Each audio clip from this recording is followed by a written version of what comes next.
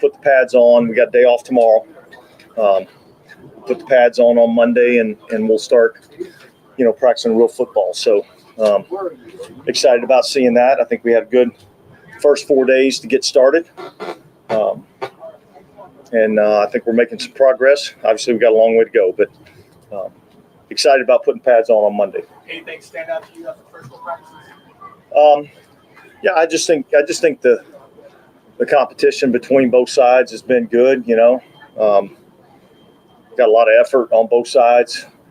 We've taken the ball away a few times defensively. We've had a few explosive plays offensively.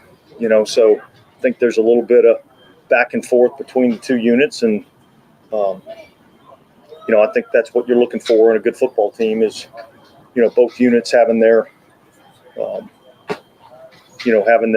plays. Yeah, but you talked about guys flashing. Would you say Mason Tipton has done that so far? Yeah, I think so.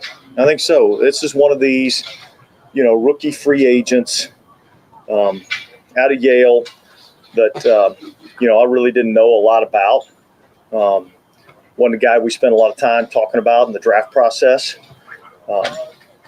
And look, I think anytime you see guys like that, I think that's a credit to our scouting department and their ability to identify players, and there's a management to the draft, and for us to be able to identify that player as a guy that has skill set that we like, that might have a chance, and then of course we got to be able to get him to sign as a free agent. But yeah, he's certainly somebody that's caught my eye in the first 4 days and really go back into the spring. Do you know what the scouting staff liked about him? Like, what did they tell you? I think the intelligence and the speed. I think that was the main thing that we looked at was this kid can run, and he's smart, not just yell smart, he's football smart, and I think there's a difference. How did Spencer look out there today? Yeah, I thought overall he looked pretty good. I mean, this was a hell of a throw on the corner route over here on this side versus kind of a two-man looking coverage. So, yeah, I think all of these guys, every quarterback, I think, has had their moments where they've done the things that we think they're capable of doing, right? And so now the key is how can we get that to be more and more consistent every single day, every single play, every single practice, every single rep. And I think that's what we're working towards. But I think you can see the flashes of, when he does it right, it's pretty good. Dennis, can you get a sense of where the run game is right now before you guys go to pads? Yeah, look, it's really hard to tell right now. Run game, run defense. It's hard to tell right now. We'll have a better feel for it when we're able to put the pads on and really thud up the ball carrier and things of that nature. And you will see a little bit more of, you get out into these environments sometimes and you're watching the play and, you don't, when we're not, really hitting or thudding everything up, it's hard to tell whether a guy could or couldn't make a play, right? And so I think we'll have a better idea when we put the pads on. But I do think there's some understanding of what we're trying to do. I think there's some cohesiveness, up front with how we're blocking things. I think our guys are working in concert pretty good together. So that's been encouraging. I might be a little too early on this one too, but in the first few days, what have you seen from Nick Salvatori?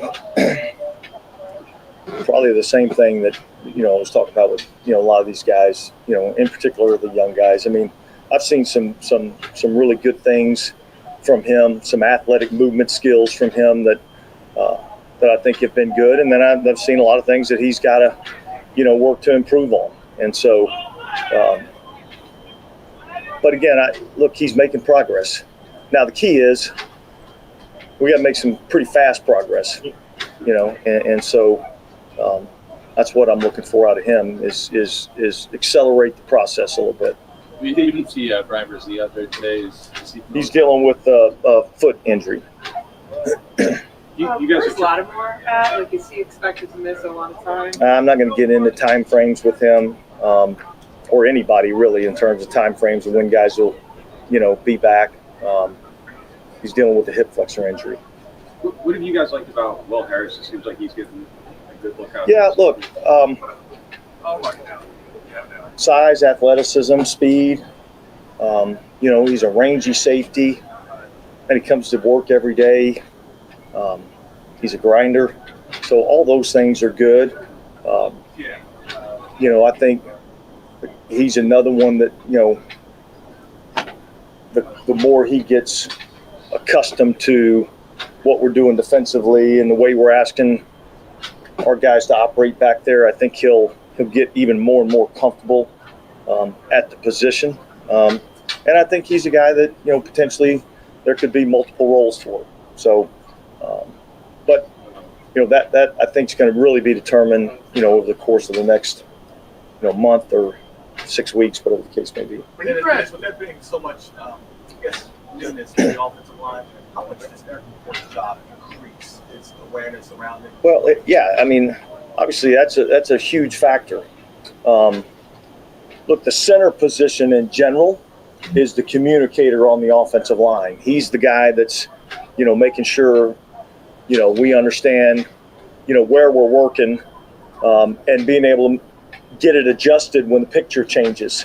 And so the communication starts with him. And so I think he's got, a big part of that. And in particular, because we do have so many new pieces, in particular young pieces on the offensive line, I think that and Caesar's role, I think, has to increase. When you were interviewing offensive coordinator candidates, how much did you bring up Taysom's role? Or were you interested to see if those candidates had a vision for Taysom, and then in relation to Clint, did something sell you about? Yeah, I don't think it was really that. I think it was mostly about not him in particular, but just okay, what's the scheme? What are the things that you believe in? And then within that, how do you adjust your scheme to fit what some of your guys can do? And certainly Taysom's name came up in conversation, but it wasn't like that was a huge, talking point. And I know Taysom hasn't been a traditional quarterback in a while now here, but I don't think we've seen him throw a pass in a minute. Just how is he kind of handling that? Awesome. Yeah, he's been awesome. He's handled everything that we've thrown at him, and we've thrown a lot at him. He's playing a lot of different positions, a lot of different areas, motions, shifts, alignments, position. But he's handled it like a true pro. And look, there's a lot of guys that have an athletic skill set, but you can't throw that much on them because they can't handle it mentally. This is a guy that can handle a ton mentally, and it's been fun for me to see a fresh vision for how we can utilize this player. It's not just as the Wildcat quarterback. There's a lot of other things that this guy can do, both in the running game and the passing game. Do you see a clear vision for him, or is it still sort of a work in progress? Yeah, well, the clear vision is he's going to do a lot of stuff, right? I mean, he's going to do a lot of stuff. He's going to run routes, both from inline, out wide, out of the backfield. He's going to block. He's going to run the ball from the backfield. So yeah, I mean, I see him as a guy that's going to do a ton of different stuff. He's going to line up at the quarterback position at some point in time, and so I think he's an awesome weapon to have, and I think he's extremely selfless in terms of a person, in terms of a player, and just wants to do whatever he can to help the team win, and I know I appreciate that. Yeah, we've seen a lot of Kool-Aid the last 2 days on the outside. Say it again? We've seen a lot of Kool-Aid the last 2 days on the outside. How valuable are these reps for him right now? What are you looking for him to show? Well, extremely valuable.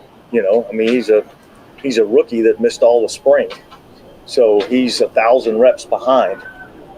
So every rep that he can get is a learning experience for him. Good news for him is that he's smart. He comes from a system that did a lot in college. Fundamentally and technique, he's sound. And yet there's differences in terms of how we do things compared to what he did in college, and so he's got to get up to speed on those things. So, but he'll be a quick study, and look, he's just got to get out here and get the reps. What are all the positions he has played? Well, he's played tight end, he's played running back, he's played fullback, he's played wide receiver. He hasn't played any defense yet. He's played personal protector. He's been a kickoff returner. I'm probably missing something, but I mean, just about every potential skill position that you can think of, he's done it. Punt rush. There's different alignments for each. You're out there watching, aren't you? Because he's been a quarterback, does that allow you to kind of just put off him throwing the ball if need be? He can do it. So Yeah. Look, I mean, he can handle a lot, right? But at some point, why don't we get him good at the things that maybe he hadn't done quite as much? Let's get him good at those things, and then it's kind of like riding a bicycle a little bit. We'll be able to get him back on the bike a little bit and line him up at the quarterback position some. And is him throwing the ball, let's say you wanted to install plays that be the throwing option, is that something that comes up more in the regular season when you're specifically game planning? Yeah, well, look, I think the obvious thing is how are teams playing him when he's at the quarterback position? And if we're getting advantageous looks to be able to run the football, then it makes sense to run the football. If we're getting advantageous looks to throw the football, then it makes sense to throw the football. I don't know what those looks are going to be yet until we kind of get into the season and see how teams, want to try to play. Now, look, we got a pretty good idea how he's been played in the past, and based on the teams that we play, we'll probably go into each game plan with a little bit of an idea of what we want to do there. When you look at joint practices, I know you have a 2-day, right? Still with the. Have you heard talk or coaches talk about a preference more now towards the 1 day? And do you have any idea why that is? Well, I think this. I think you get an opportunity to work against a lot of different looks instead of the same look, all the time. The rules of the game are you can only have 2 joint practices with one team. You can have up to 4 total joint practices. And so I think, we're not doing that. So it's probably a better question for other coaches. But, they get an opportunity to work against, 3 different teams, potentially, and 3 different offensive schemes, defensive schemes, special team schemes. Some of this may have to do with the new kickoff rule, and they want to get a look at what other teams are doing. It doesn't have anything to do with maybe if you get 2 days increases the chances of a fight or something. Have you ever heard anyone talk about that? Or? Yeah, I think that's probably. I haven't done the study, but I'd say my gut reaction is that you probably have a little bit more of that going on day 2 than you do during day 1. You go to a joint practice, you have the first day's practice. One team or the other is going to feel like they got the better of the other team. Those coaches are going to go yell at their players. Their players are going to be pissed off, and then that's how that stuff happens, right? I mean, that's typically, kind of how that happens. I think, look, the big thing, with joint practices, I think, you got to kind of put a lot on the head coaches to try to get that stuff, under control ahead of time. And look, certainly there's no foolproof way, but you're talking about guys competing at a high level. And but yeah, I think it's probably an accurate statement. More with the Tipton or guys like him, how much curiosity is there or background on when it's apparent that he's a legit prospect? Okay, well then why did he go to this small program? Was it just because he was a late bloomer, or? Yeah, I think we're always kind of trying to figure those things out just a little bit. But I do think that's part of the deal. Sometimes it's Sometimes it's an academic issue. Sometimes it's a size issue. Sometimes it's some of these guys are 130 pounds when they come out of high school, and then all of a sudden they, get into college and they get to be 185, 190 pounds, and they become a different type player. So, but you see guys all the time, coming from some of these smaller programs that end up making it. Now, if you want to talk about percentages, there's a lot more percentage that are making it from, the bigger programs, obviously.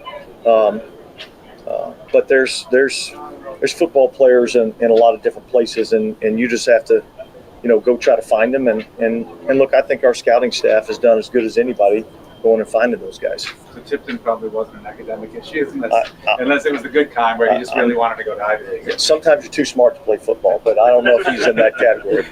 All right. Okay, guys. Thank you.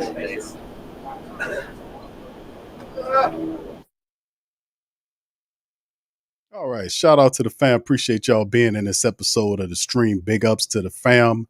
Welcome. You're now rocking with the Sports Coma with Big Q and the guys. Appreciate you guys being in the stream. Sorry I'm a little late. I just got off the Pelican stream, man. I was doing PPR in the morning. I usually do those every Saturday morning. We talk about all things New Orleans. All right. It's All right. We said no hard questions. Oh, that's fair. Eric, just the first 4 days of practice, I know you guys put the pads on for the first time. Monday, just your assessment of how you think it's gone so far. Yeah, I would think it's been really good. I think the competition has been really good.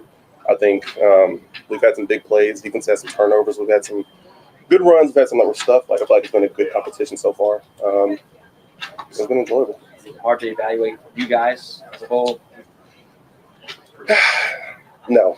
I think that we've played pretty well so far. I think even though the pads aren't on, it's full speed. We all know that. Whether we're in spiders, whether we're without pads, O-line and D-line is going. And I think guys have gotten better even in this short amount of time in 4 days. Eric, it seems like y'all are running. Would you mind standing behind the podium? Oh, my bad. So we can hear you. No, it's okay. Seems like y'all are running. At least stuff we're able to see a lot of play action. Yeah. Does that help y'all as an offensive line just to mix a lot of that in? And so, why? Yeah, play action is my pride and joy. The more, the better. Just because it gives you an opportunity to be aggressive, even when you're passing the ball. And, it opens up windows in the run game. If they can tell if it's a run or a pass, then you get people playing slow on the defensive side of the ball. And that leads to big plays. How would you describe where Nick Salvadori is right now and maybe his strengths from the way you see it? Mm-hmm. The one thing I can say about Nick is he busted his ass over the offseason. He was injured, had a surgery, had to come back from that, and he put in the freaking work over the offseason. I would say transformed his body, and big, stout, athletic, and I think that he can be a really good ball player for us for a long time. I'm proud of him, and I'm happy for him. How much have you seen your role as, of course, the leader, the communicator of the offensive line increase with so many more young faces around you? I'm sorry, was that a question statement? Both. Okay, yes. Yeah, no. I've said it a couple times. Before Lucas Patrick got here, I was the oldest guy in the room, which is crazy. I'm in year 6. So I feel like I have the role of leader, but I also, with so many young guys, I need to kind of be their friend a little bit as well, because it's hard to coach somebody up, discipline somebody if they don't feel like they can come and talk to you as a person and as a man. So that's something that I've been learning. And we have a lot of young guys. So I'm excited for how these guys are going to grow and develop throughout camp and then throughout the season. How have you seen Trevor Penning adapt to continue to grow in his new role now on the right side? Yeah, I would say that his confidence has grown a ton. And I feel like as an offensive lineman, that is the biggest key to success. If you have confidence, you can play. It was a hard situation last year. But this year, I really think that this can change the trajectory of his career. If he comes out and plays the way that I know he can play. You see a change in him? I'm sorry. You got to get it. I'm sorry. You see a change in him? You just said you see yes, I see something different in his mindset or attitude or something. I can see the confidence in him, and I think it's just as simple as that. he's not afraid of making a mistake, which I feel like that's how he spent a decent amount of last year. And with Tally on the left side, how is he fully grasped the yellow fans? How is he adapted to the NFL level of practice? I will say this: as long as I've been here, he is the best rookie offensive lineman that I've seen. Just as far as his mental, his physical, and I think Tali is a freaking dog. Like, I'm a fan already, but don't put that anywhere because he can't know that. I got to talk him down a little bit. Tell him you use Twitters. Yeah, I'm telling him to delete it. He's on a live stream. Okay. It's kind of, you know, one of the leaders or the leader of that offensive line room, you, Caesar, like, what role do you guys play in keeping Trevor's mind right, making sure the confidence doesn't go the wrong way? Or anything like that? Yeah, I think we just have to keep building them up. Like I said, last year, his rookie year, like, that was tough. Like, I think if that was any of us, that would be a tough thing to kind of have happen and go through. So I think building him up, not disciplining, but correcting him even when he does make a mistake, but in a matter that is still elevating him. What's the art of that? Like, you know, it's like, damn, Trev, you just got your ass kicked, but I know that you can block it. So come out this next time and do it. Yeah. Well, First of all, but can you tell that he's technically learning left tackle, or does it seem kind of natural? Follow? Yeah. Guy's a freaking natural. I truly believe that he could play all four. He can't play center. He could play all four positions on the line and be a dog. Like, I think he's going to be that good of a football player. What does it do just to have someone that you don't necessarily have to worry about a rookie that can come in and play, especially since you guys have 3 new spots on the line? It is 3. No, I think it's huge because I think, truthfully, I think he's going to – I don't want to build him up too much, and I don't want to, project what I'm feeling on him to everybody else. I think it's going to be a lockdown. Like I said, I'm a fan. That's all I can say about him. I don't want to build him up too much, but I love him. I can't help it. I'm a fan. And I think what's that?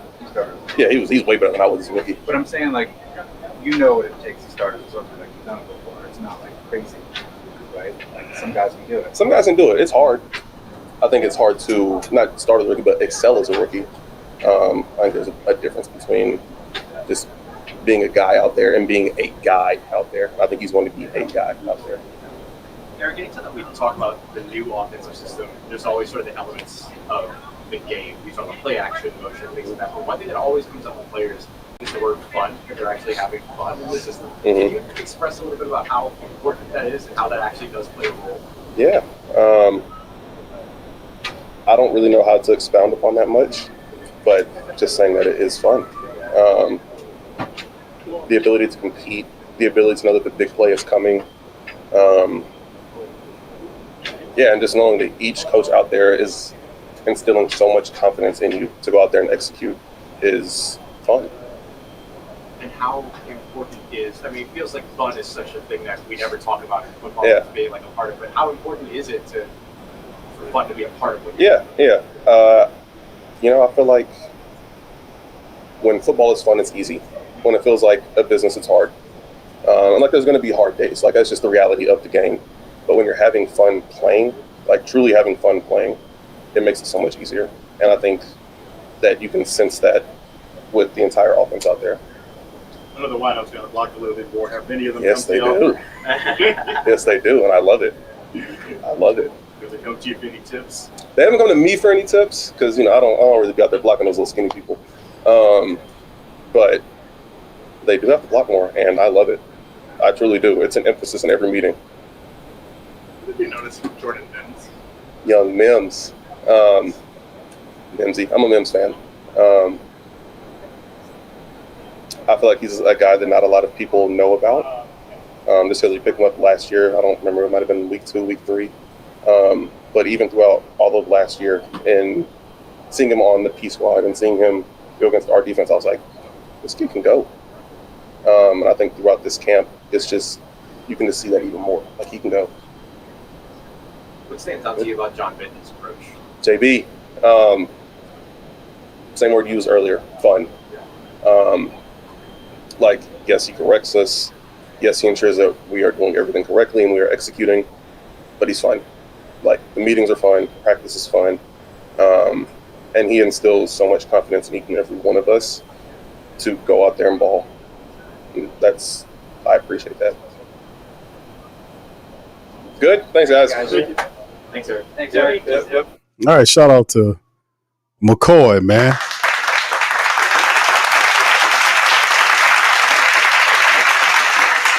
Thank Taysom up next, man. Shout out to the fam, man. Appreciate y'all being in the stream, man. Hit the like button. If you're not a subscriber, feel free to subscribe. It's Taysom. Hey, How's it going, guys? Good. Good. I think I ask you this every training camp. Do you have a clearer picture now of how you're going to be used than maybe you did in past years, or is it still being figured out as we go? Yeah, I think it's still being figured out. I think the hard thing, right, obviously it's the first year with a new staff, and we haven't had a game week, So I think so much of training camp for me is you're trying to install your base plays, right? Let's install the offense and let's get some reps and time on task with that. And that becomes a little bit challenging, right, for a guy like me. And I feel like Clint and the staff has done a really good job of incorporating me, doing different things. So, yes, I do feel like I have, a good idea, but I still think that they're figuring what that is going to look like come, week one. Taysom, have you now played more positions on offense than you haven't? I've I don't know. I mean, I've kind of checked everyone off the list except the O-line, I don't do a ton of stuff, as a split out receiver, but there's a little bit of everything sprinkled in there. How would you say it is different for you? Like, what's the biggest thing that's different in this system for you than maybe the last couple of years so far? God, that's a good question. Again, it's a little bit hard because I really don't know what that's going to look like, as we get into the season. But I feel like the use of the fullback in this system that role has been expanded, in this system, and so I would say that I have done more of that than I've really done. So that's probably the first answer that comes to mind. Do you enjoy how this is a bit of a Playing quarterback, had that helped mentally to be able to kind of handle the volume of what you had to do mentally? Yeah, it has, and I've always said this before, like, I was in the last system for 7 years, so as we had this transition, I was learning everything, through the mind of a quarterback. So that transition made it a little bit easier. Now, learning a new system this year is a little bit, harder because I can't just focus on a thing, I'm trying to learn as much as I can. But I think having the experience of playing quarterback, learning concepts as a whole, I think has certainly helped me. When GA talked about how for him it seemed a little refreshing to see you have a different role. Say it again. GA talked about how it was refreshing that you had a bit of a different role compared to the past. Do you have that same sentiment, or is it just a little bit more mentally taxing? No, I would say, look, I'm not like, I'm not like Cam Jordan old, but I've been in the system for a while now, and so I think it is nice to be challenged in different ways, and from that standpoint, that has been fun for me. It's been a challenge, but it has been fun, So whether you call that refreshing or fun for me, that has been a fun experience. Are you enjoying being at the fullback spot? Yeah. I think it's one of those things that our defensive guys will come up to me and make jokes like, "Oh, where are you playing today?" Like, we don't know how to call your personnel when you're in the huddle, and they're saying, "Hey, Seven's in the huddle," and so they have to be able to know that could mean a lot of different things, So the more that I can do there, and then the more I can do other places, I think it just makes us harder to defend. That's part of the intent in terms of how to impact the opposing defenses in the regular season as well, right? For sure. Integrate that type of game. Yes, for sure. How do you experienced any of that in games too, in terms of defensive players making remarks to you about that? Yeah. No, I've heard a number of different things. Or we'll sign guys, that are here for the first year, and they'll talk about what that was like getting prepped to play us in a game week and stuff. So I've had some fun conversations with new teammates that I've played through the years. Is there a sense of pride in that for you, that you create that sort of? I don't know. I don't know that I really think of it that way, to be honest. But it is a fun conversation. And look, at the end of the day, like we're all chasing an experience, right? We're all chasing the expectation in the NFL. I don't care who you are, what team you're on. The expectation doesn't change, right? Like the expectation is to win. The expectation is to play in the postseason.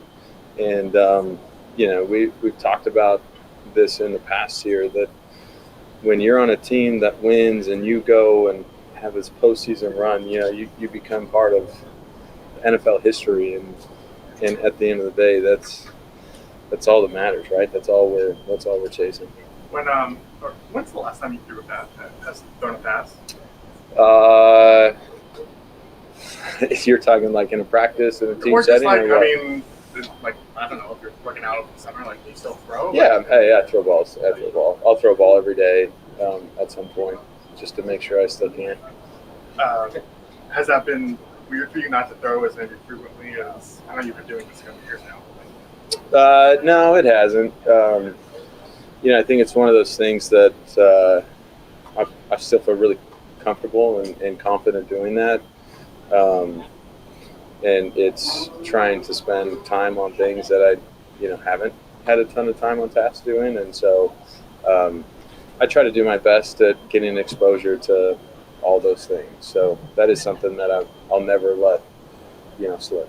And then I think back in the spring you told us that like when you had a frank conversation with Clint, like how much of that was, or that frankness was like, hey, maybe you're not going to be throwing as much as you're used to. Did that cover any of that? We haven't really talked about that. I think as we talked earlier, I think that what I'm going to be doing is we're still trying to figure that out, So, and when you get to training camp, you're not game planning stuff, right? You're not putting some of these, maybe more exotic packages that you would call, but we're just trying to get our base stuff in, and we're 3 installs into it, so we haven't hit any of those unique packages that you would say. So I don't know if that's fair to say. I haven't talked to Clint about that specifically. Hey, so when we're watching you guys, there's a lot more like play action, bootleg that we're used to seeing. Yeah. I'm just curious from your experience as a quarterback, what that does to help you out, if that specific, like a picture or whatever. From just like an offensive perspective, Yep. in general. Yep. Well, first, I would say that that's fair to say. I think that the play action, naked movement stuff has been more of an emphasis this year. But I would say that we have made more of an emphasis in running the ball. I think that we've ran outside zone more than we historically have here. But the intent is to get really good at that so we can run nakeds and boots and stuff off of that. So to go along with that, I just think that makes us harder to defend, so that definitely has been an emphasis, and I think that that's something that will carry throughout the season. So, I mean, that just goes into one of the multiple different ways that you're trying to present the same picture. Yeah. And then make the defense basically react slower. For sure. Okay. Yeah. Yeah, but I mean, I think that's what this offense is kind of built around, right? Run outside zone and set up everything else, When you've been learning like this playbook and talking about that not challenge, but that like fresh approach of learning something new, how much of that is like the motions and do you enjoy like kind of snap stuff or?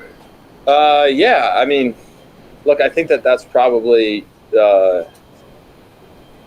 from what Clint does. That's where the exotic stuff comes in. We're going to run what we run, but man, we are going to give you a ton of different looks. We're going to give you a ton of different movements, shifts, motions, and whether that's across the ball, out to in to out.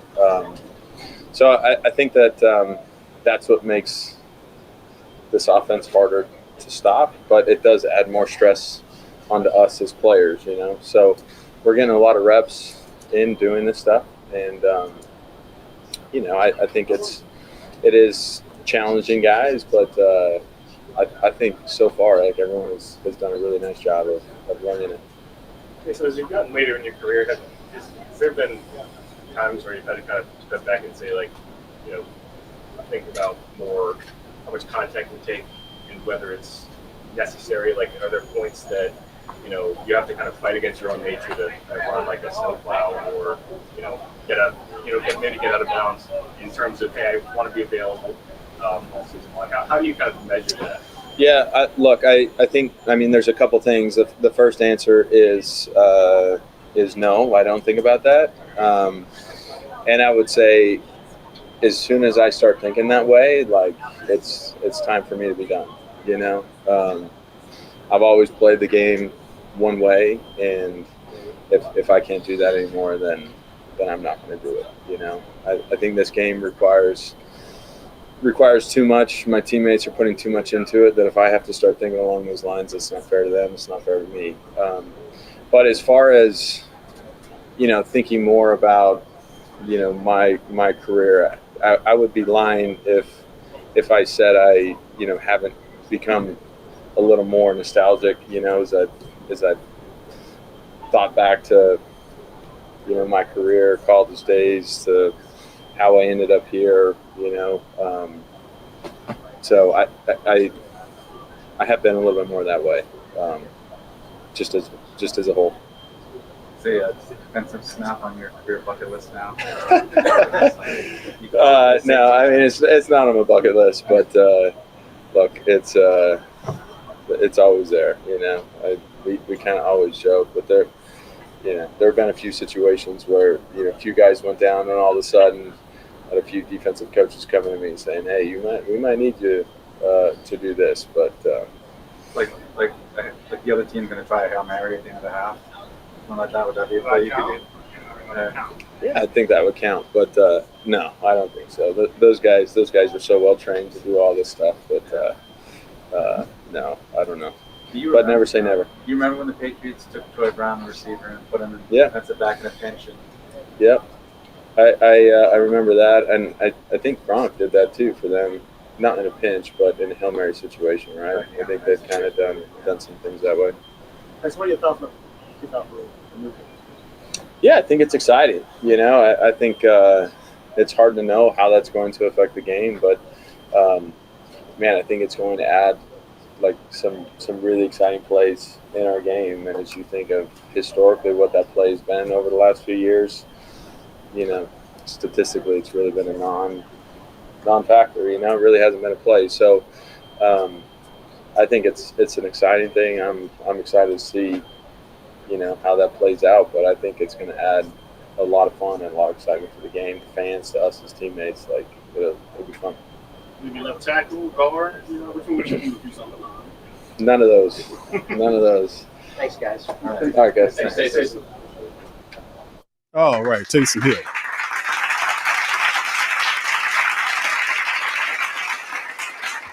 Starting to look like Taysom kind of getting a little frustrated about those fullback questions. Get ready. Taysom, you're going to get plenty of those, bro. That's going to be a major point of emphasis in terms of the fullback position, because we don't talk about the fullback that much. It definitely doesn't get featured in Saint Talk, but being that Clint Kubiak's new system, when he was there as the passing game coordinator with the 49ers, the use check was big.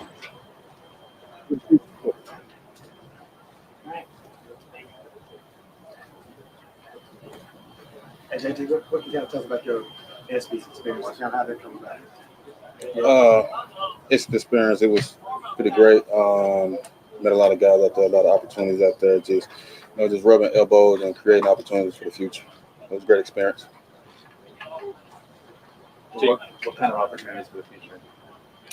Just things outside of football, the things that I'm interested to get into. Sorry, Dad. They sent out a note yesterday saying that you're great at bowling. What's your average? What do you bowl? Right now, it's been a while. I'm kind of dusty right now. But the last time we did a competition against the receivers, and the highest I got was 250. Got 250 that day. So my average really right now is like 200, 205. That's dusty. Like that. That's your Dusty average? Or? Yeah, that's Dusty. That's Dusty right now. So when I'm really in there, I'm like 230. You know, Have you ever bowled a 300? I got 285. Got close, but I never got there yet. When did you kind of get into bowling?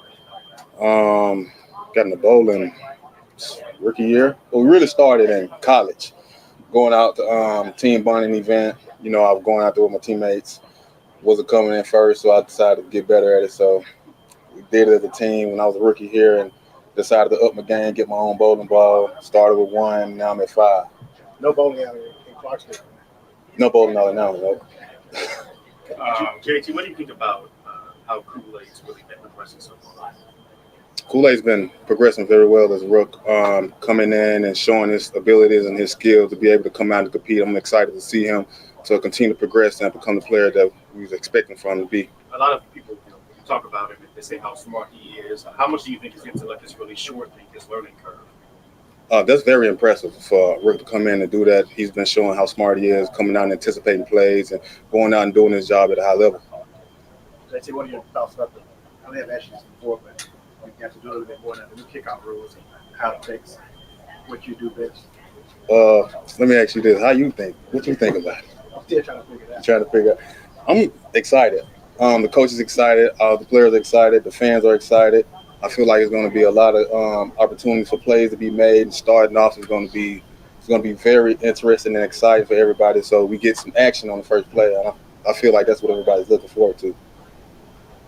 For your bowling, do you throw it like a professional, like where where they tuck it in and then how do you? So my bowling ball got 2 holes drilled in it, so I just put it in, cuff it with my hand, and I got my technique. I got my 4-step technique. So I get myself aligned and I go through my routine, and now it's just like second nature to me. So I guess you can say it's pro, but I learned from YouTube University, so I know a little bit. How long did it take you to kind of drill that down? Drill what? Like the technique of it took me, I'd say, about 2 weeks to really just get comfortable with, delivering the ball and sliding with, my shoes I got bowling shoes. So, it took about 2 weeks. Have you ever yelled, "Who do you think you are?" I have. It's a good feeling. Trying to get the when I get turkey, I feel good getting turkey. Starting off with a turkey is always good, They said they call you Kingpin, all right? Yeah, Kingpin. Kingpin or Mr. X. It just depends on, yeah, all right. You know how to scratch it out. It just depends on who you want to see that day. Okay. All right. Did you come up with the name or somebody named Chad? I created the name, and that's what they just called me now because I showed them that. Yeah, but you're 250, you can tell them. You can tell them to say. No, it made me feel good. Kobe, you created your own nickname. Yeah. Is it a custom made ball then? Yeah, it's custom made. And what does it look like? What color is it? So, I got a purple one. I got a gold one. I got a blue and green one. I got a clear one. I got a red and black one. I got a couple of them, depending on what kind of lane I'm on. Maybe, so I pull one out. Just depends how the lane reacting. This may be really dumb, but after you're done with the ball, are you going to try to be a professional bowler? It just we'll see. We have to see. you must be pro bowler. Huh? Curious how you stack up, though. Are you curious What you mean? how you stack up on the pro bowling tour or not? I haven't been on an actual pro lane, so I'm really trying to, once I get my feet wet on the pro lane, then I can see where I stand and what I need to crispy up on my technique. Who on the team is like your toughest competition? Right now, I say Jonathan Abrams. Then him go head to head a lot. Chris Paul, there's a basketball player who used to play in one of like supposed. Oh, he does? Yeah, he might be a guy that is. Oh, for sure. We had to connect for sure. Yeah, I had to meet him on the hardwood, on the other hardwood. What is Jonathan Abrams? Say, he's up there. We go tit for tat, so we got similar averages, and it's always a battle when we in there. Were y'all at state at the same time? Or Yeah, we was at the state did y'all same ever time. play up there? Did we? I don't think we played that year. I'm not sure. I really don't remember. Anything else? Thanks, guys. Yeah. Big ups to JT Gray. A lot of bowling talk, man. Not so much on the football side, but what could you say? about JT Gray. He goes out there and make it pop when it comes down to the special teams, man. But big ups to the fam, man. We got Bink Saunders, Khalen Saunders coming up next on the next round of interview. I think that's the last one we got here before we get into some of the discussion. Brian Bercy's foot issue. How do you feel like the first week here has been going so far? It's been going great. Honestly, I think that, everybody's out here ready to compete. Everybody's excited to be back. I mean, obviously, everybody's going to be excited first week.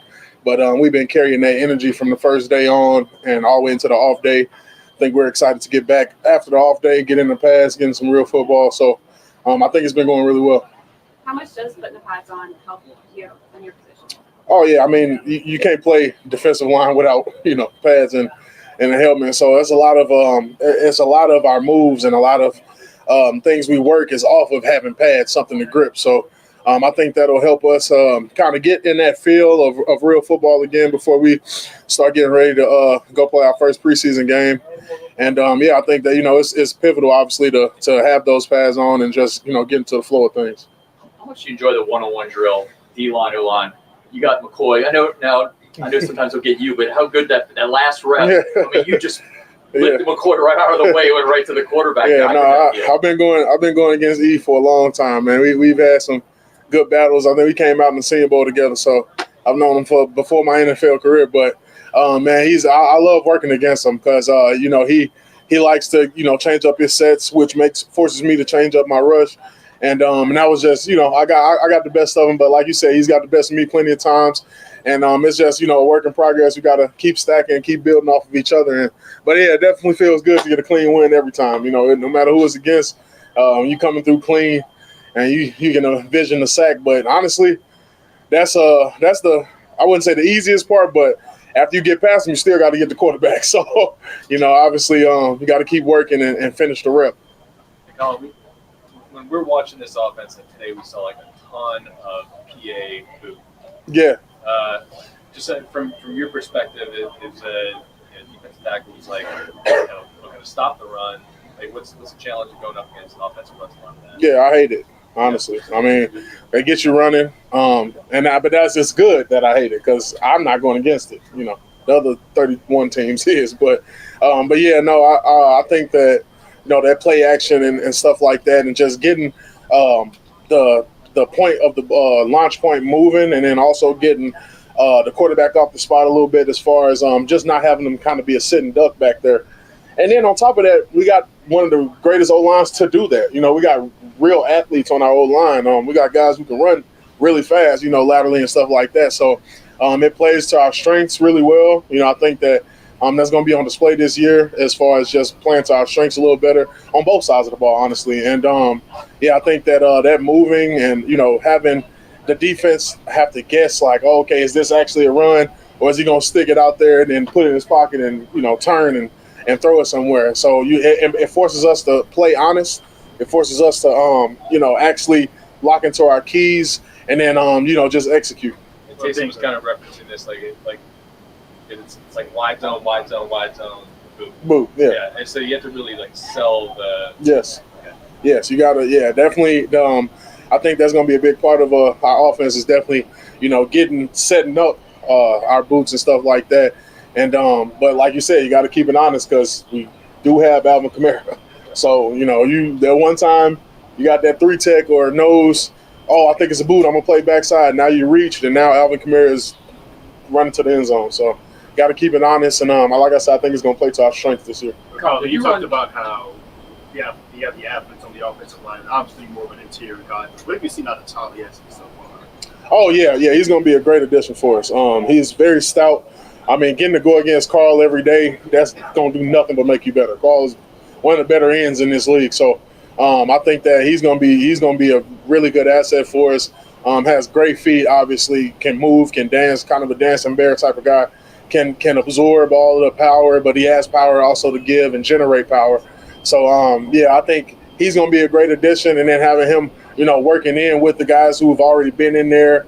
And then even Sal, the second-year guy, he was hurt a lot last year, and now he's getting in there and getting some reps against ones and twos, and him too. He's going to be a good addition for us, a great piece for us, working in there with E and C's and stuff like that.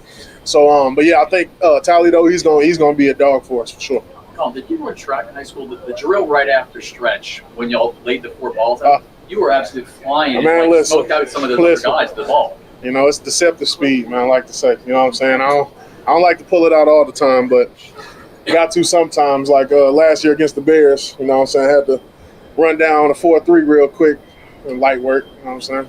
I got a new offensive coordinator you talked about. Give you some touches. Oh, duh. You know that. Like, it don't matter who came in here calling the plays. I'm going to – actually, Coach Dub, the receiver coach, he had made a joke, though, because I was talking to him and I was telling him how I played receiver against the Bears last year. And he was like, man, you got to them pictures quicker than I can get to my kid's birthday picture. I was like, hey, you got to have them on standby. You never know what my audition going to be, man. But no, you already know, man. I'm trying to get there. Had the number changed, man. Look a little more. If I'm running fast enough, it look like 20. You know what I'm saying? So, look like I might be a skill position.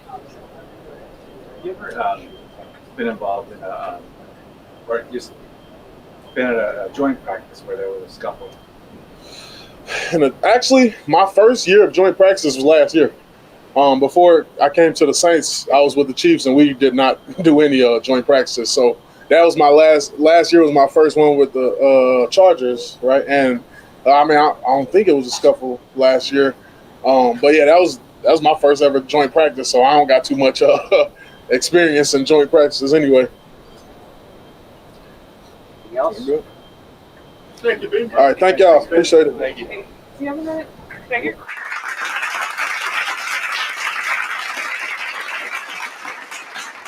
All right. Shout out to Bink Saunders, man. Talking to the fam, man, and big ups to the fam. Appreciate y'all being in the stream. Please feel free to hit the like button.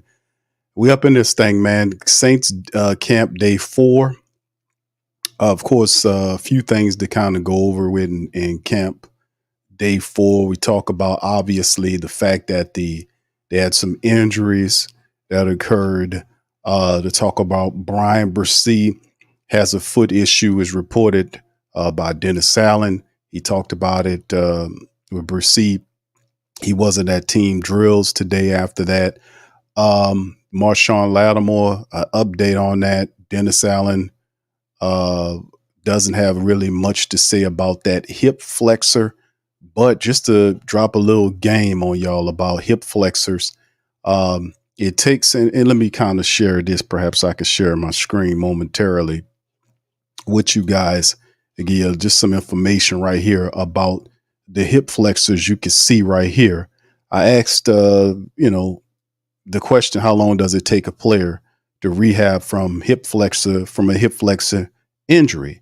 And it basically is quoting the American Hip Institute and other health organizations. It takes time to recover from a hip flexor injury. It depends on the severity of the injury and other factors such as your age and health. Mild strains can heal in a few weeks, while more severe injuries could take up to 4 weeks or longer. Injuries that aren't treated right away can take months to heal and may lead to chronic pain. So there you go. Also, the American Hip Institute, I didn't know that existed, but I guess it does make sense, is saying from their website, rehabilitation can take 8 to 12 weeks, depending on the severity of the injury. Players with mild grade 3 injuries can expect full recovery and return to play in 6 to 9 months. So it gives you a time frame from hip flexor, depending on, a few weeks to months. So based on what's going on with Marshawn Lattimore, we'll see how this situation occurs. Of course, Dennis Allen, it just happened not too long ago, and we just have to wait and see how it all kind of works out. All right. Anyway, to keep it bucking and moving, also some brief notes to talk about. Shout out to the reporters. Give them some shout out as well. Talking about it, a good shout out to brother Ross Jackson at the Saints News Network. Kind of shared some information about Derek Foster, who's the running backs coach. He talked about the fact that Coach Foster, who I told you guys about, we played interviews from him. Really smart coach. Really happy to have Derek Foster here. He used a weighted football with a slip cover to simulate a wet ball type situation. That's pretty intelligent to do. He was working with AK-41 and all the running backs there with that drill. So that was a good little information. Thank you, Brother Ross, for that. Big ups to John Hendricks from Saints News Network as well. I always give these guys shots out because they're terrific. He talked about Juwan Johnson being out in practice. Good to see him out there, and I concur with you, Brother John. Good to see him because this is going to be a big situation with Juwan Johnson. It's a contract year for Juwan. He needs to step up and ball out. Also, speaking about the tight end front, Dallin Hawker had a good catch from Spencer Rattler today. Spencer Rattler had a pretty decent day at practice, according to what what the reports are indicating. Also, he had a good pass to Chris Olave out there today as well. So it was pretty good, man. It's a lot of positive stuff going on. And then, of course, that is actually the play of the day when Spencer Rattler found Mason Tipton, who've been doing pretty good over the last couple of days with a 40-yard touchdown. And like I told you all about Mason Tipton during the draft show we were having, I told you watch out for this kid, and the Saints picked him up. So, we do our scout work too, and good thing the Saints seen that as well. Also, to speak about the Marshawn situation, Nori Nueli was released. Obviously, we're going to cover that as well. Shane Lemieux came back to camp, and Kendra Miller was also out again as well. So just some information there and to talk about that. So pretty decent day at camp. The Saints are off Sunday, just to let you guys be aware of that. They're off Sunday, but return Monday with the pads on. So the Saints go from shells to shells and pads. The Saints will put the equipment on Monday. They're off tomorrow. So, that'll be good to see the black and gold put the equipment on as well. So let's get that. And then, of course, big ups to them. And they did add a player. And we talked about Nori Nueli as well as that the Saints released him. And that was a report right there that was tweeted out that they released him. Shout out to Luke Johnson. He reported that the Saints cut the undrafted player because they had to make room for this guy. His name is Chandler Brewer. He'd be wearing number 73 for the Saints. The Saints signed him. Of course, the Saints been dealing with issues and injuries. And shout out to John Sigler at the Saints Wire, covered the scoop here that the Saints have brought in some much needed offensive line depth. The Saints are signing veteran Chandler Brewer. And Brewer played 4 years at Middle Tennessee State, where he appeared in 53 games. He wasn't drafted in 2019, but signed with the Rams, with whom he won a Super Bowl ring. Now, PFF gave him a 55.6 grade for his 228 snaps at the right guard position for the 22 season. He wasn't re-signed in 23, and at which point he signed with Jacksonville and remained there until he was released in June. Now, besides Erik McCoy, Cesar Ruiz, and Tali Fuaga in the starting lineup, there are a lot of spots open for grabs. This gives Brewer a chance to come in right away and compete. At very least, it's going to have another veteran adding some competition in the locker room. So there you go on Chandler Brewer. And then a little backdrop on Chandler Brewer, just to let the family members know. He's 6'6", 320 pounds, 27-year-old from Middle Tennessee State, as indicated, just to give you an idea on how big this guy is in terms of his height, what's going on with him. So the black and gold, like we talked about before, as we kind of can transition to the unofficial depth chart for the Saints, as you can see, the offensive line work right here. Lucas Patrick is slotted in there as the Saints are switching to kind of create more of some competition there. Nick Saldiveri, who's very much raw in terms of not having a lot of play time. Lucas Patrick is getting an opportunity, some looks right there. Perhaps Chandler Brewer comes in and he might actually get a part of that competition at the left guard position, as the Saints are seeing if they can create a competition there. Obviously, it looks like they're settling in with Tali Fuaga and Trevor Penning at those opposite tackle positions. And just to be honest with you, very early on, a lot of praise is being heaped on Tali Fuaga. You heard what Erik McCoy was saying. He said he's a fan of Tali Fuaga. He gave Trevor Penning a lot of credit, said that Trevor Penning was working his ass off. That was, I don't know if he said working his ass, working, but he came in, he was doing what he do. You see what I'm saying? So pretty positive, to say the least, about what we seeing with the because that's the sticking point, right? Is what do the Saints, how do the Saints get back at that thing in terms of kind of, because that's a big talking point that a lot of people are hitting about the Saints. It's like, okay, we like the Saints, but they have questions at areas that are very important. So two inexperienced tackles on both sides, talented as they may be. You got McCoy in the middle who was talking big. He isn't definitely the leader of the group. Cesar Ruiz needs to step up too.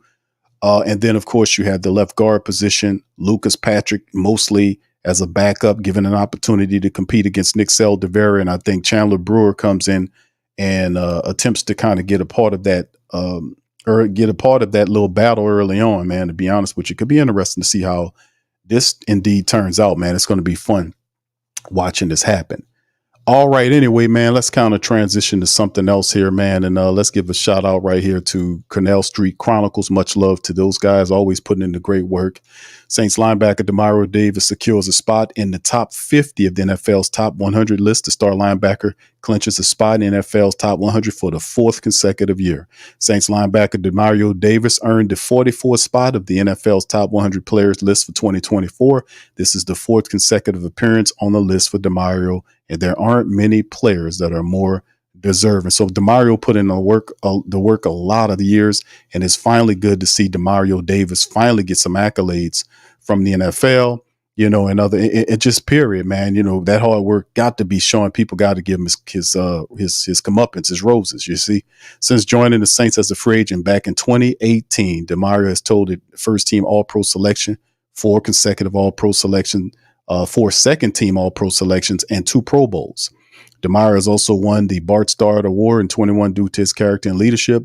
Most Saints family members would argue that Demario Davis is the second best free agent signing in Saints history behind the great Drew Brees. And I absolutely agree about this 100%.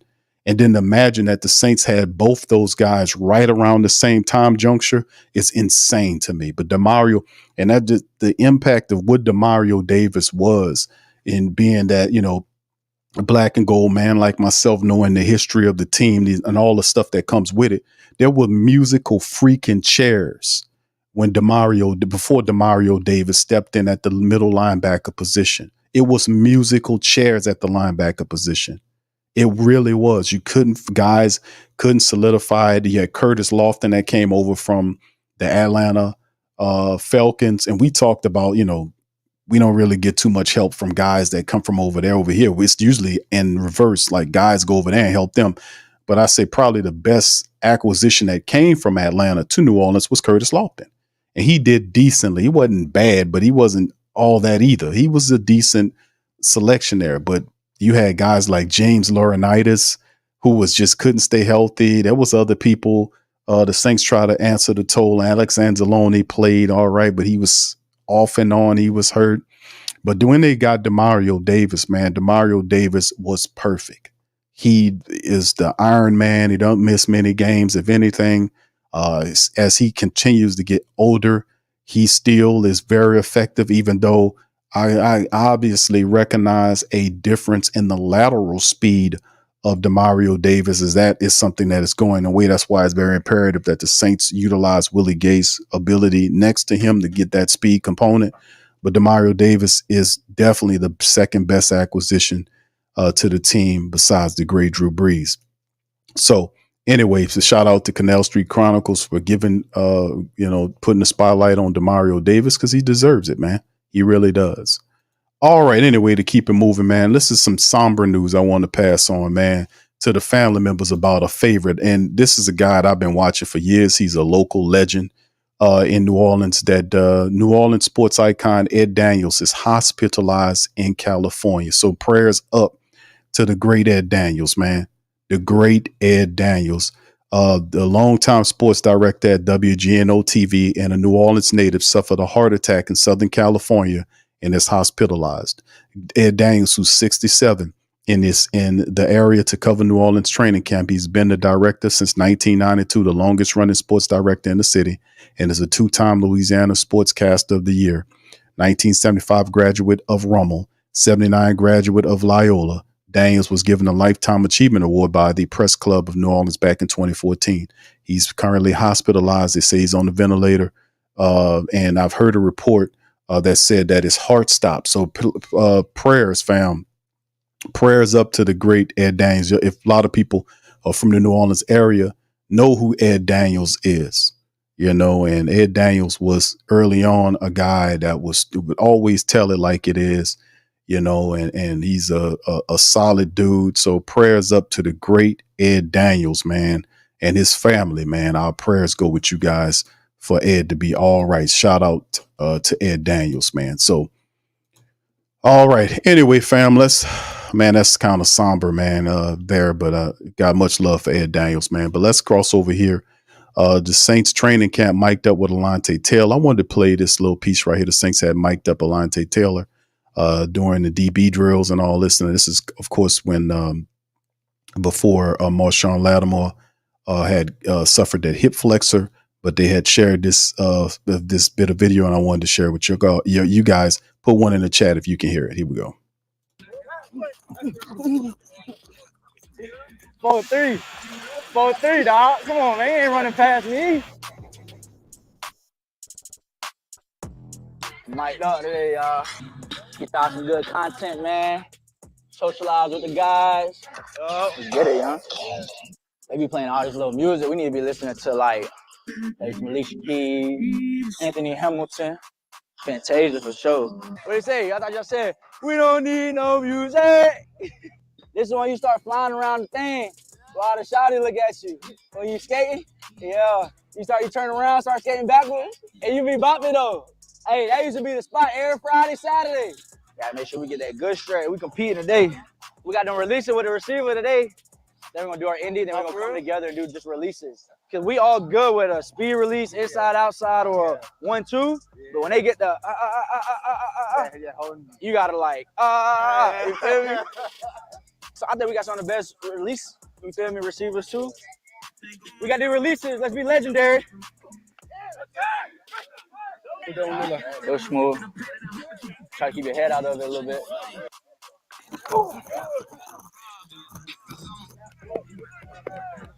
Get off your heels, get off your heels. Keep motoring off the rip. Dang! Alontae, run into me. Let him knock you where he's going. Let's go. 4-2. Yeah, that Jackie Robinson though. That's ball done. Oh yeah. Oh yeah. D block on 3. 1, 2, 3. D block.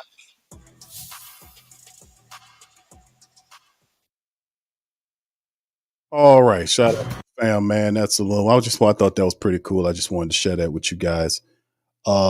Dealing with that, but yes, indeed, man. Big ups to the fam. Appreciate y'all for being in the stream, man. We talked about it. Very positive. Like I said, the Saints go into they're off Sunday as they gear up for Monday and an opportunity to kind of change things around insofar as put the pads on and be able to kind of work. And it gets close as we kind of rev up for regular football, man, and get that popping and snapping. So very positive to see that go on, man, as well. So if you guys got any questions, please feel free to throw them in the chat. We up in this thing. Much love to the fams. Like I said, man, shout out to Ed Daniels and his family. That's very, that was surprising to see that pop up on my feed. And I was like, man, he's not breathing. They got him on the ventilator. So hopefully Ed Daniels will be all right, man. So shout out to Ed Daniels and his fam. All right, big ups to all you guys. Thank you for being in the stream. Much love to everybody. OG Jerry, Quavadi, it's good to see y'all. Marishka, I see you. Philip, big ups to KD, Bronze Flat Power God, T. Scott, Ian from Chiefs Kingdom. Shout out to you, fam. Appreciate you. Walk for Jesus International Disciple Revival. Big ups to you, brother Randy. I see you, fam. Appreciate you as well. Ocharimo, big ups to you. Michael, I see you. Yeah. Michael says those hip flexes are painful. Hey, man. Yeah. So that's the timeline. I was like, man, Dennis Allen's not going to give a timeline right now. He's not going to give a timeline on injuries until he's forced to, which will more than likely come if he's generous with the information. He could just say right now, we don't know. We don't have an idea. And then maybe, to the regular season start, then you would actually know what it is. But I wouldn't be surprised that we don't see Lattimore until the regular season start. I mean, you might see him off to the side, but that was the purpose of getting a Kool-Aid McKinstry. And then, of course, you have Will Harris, who the Saints picked up. He's a safety that plays the corner position, another dude that provides versatility for you if you need to. And when that start hitting, because we deal with these injuries every year, if you think about it, every year it's the same thing. So if that is indeed the case, then you have to kind of look at your roster, say when some of these other guys are going to have to step up. So that means Paulson Adebo goes up. You'll see Kool-Aid McKinstry coming there. He'll get some reps there. We seen him the other day get reps at one, get there as well. So he'll get some reps there. You just seen Alontae Taylor. That shows you what he was doing there. And then, of course, other guys behind those guys will have to step up. As we know, Rajon Wright had gotten an interception the other day.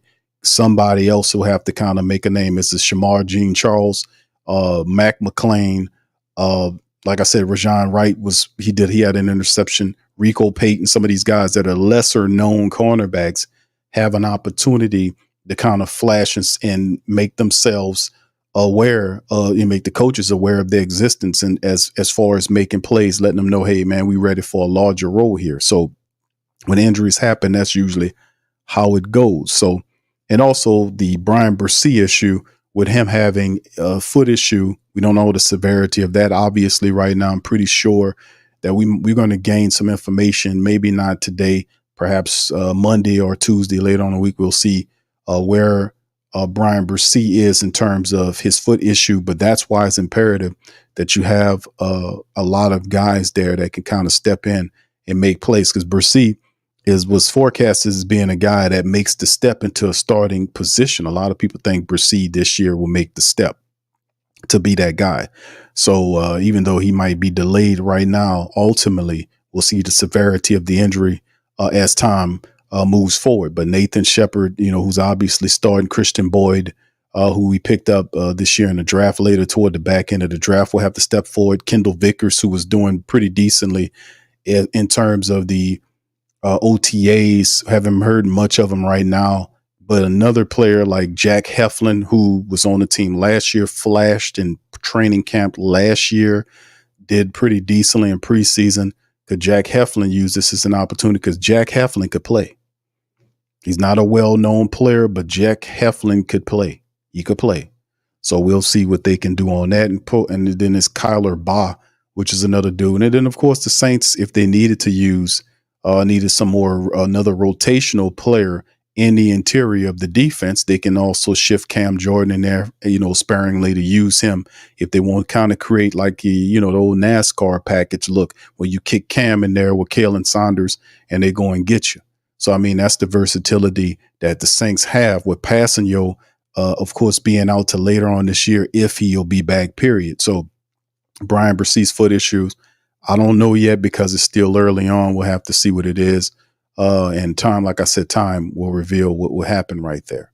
So that's a couple of things we talked about. They had some pretty good moves and motions right there with Spencer Rattler having a pretty decent day out there. We talked about Mason Tipton, who's been playing pretty good over the last couple of days. He's another of the young wide receivers trying to make his name known, because we know that Cedric Wilson has been doing some solid work in camp as well. We had Equemia St. Brown made a play or two.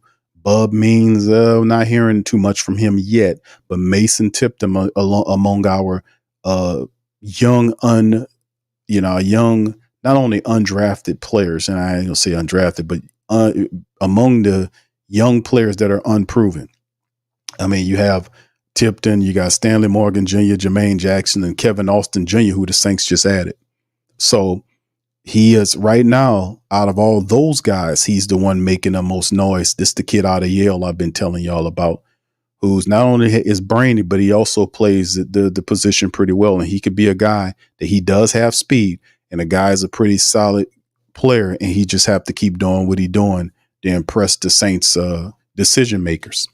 And then, of course, we talked about the addition of Chandler Brewer, who the Saints signed in here, former Jaguar offensive guard that's coming in here to compete for perhaps a starting position at the left guard spot, where Nick Saldiveri, Lucas Patrick are currently going at each other for.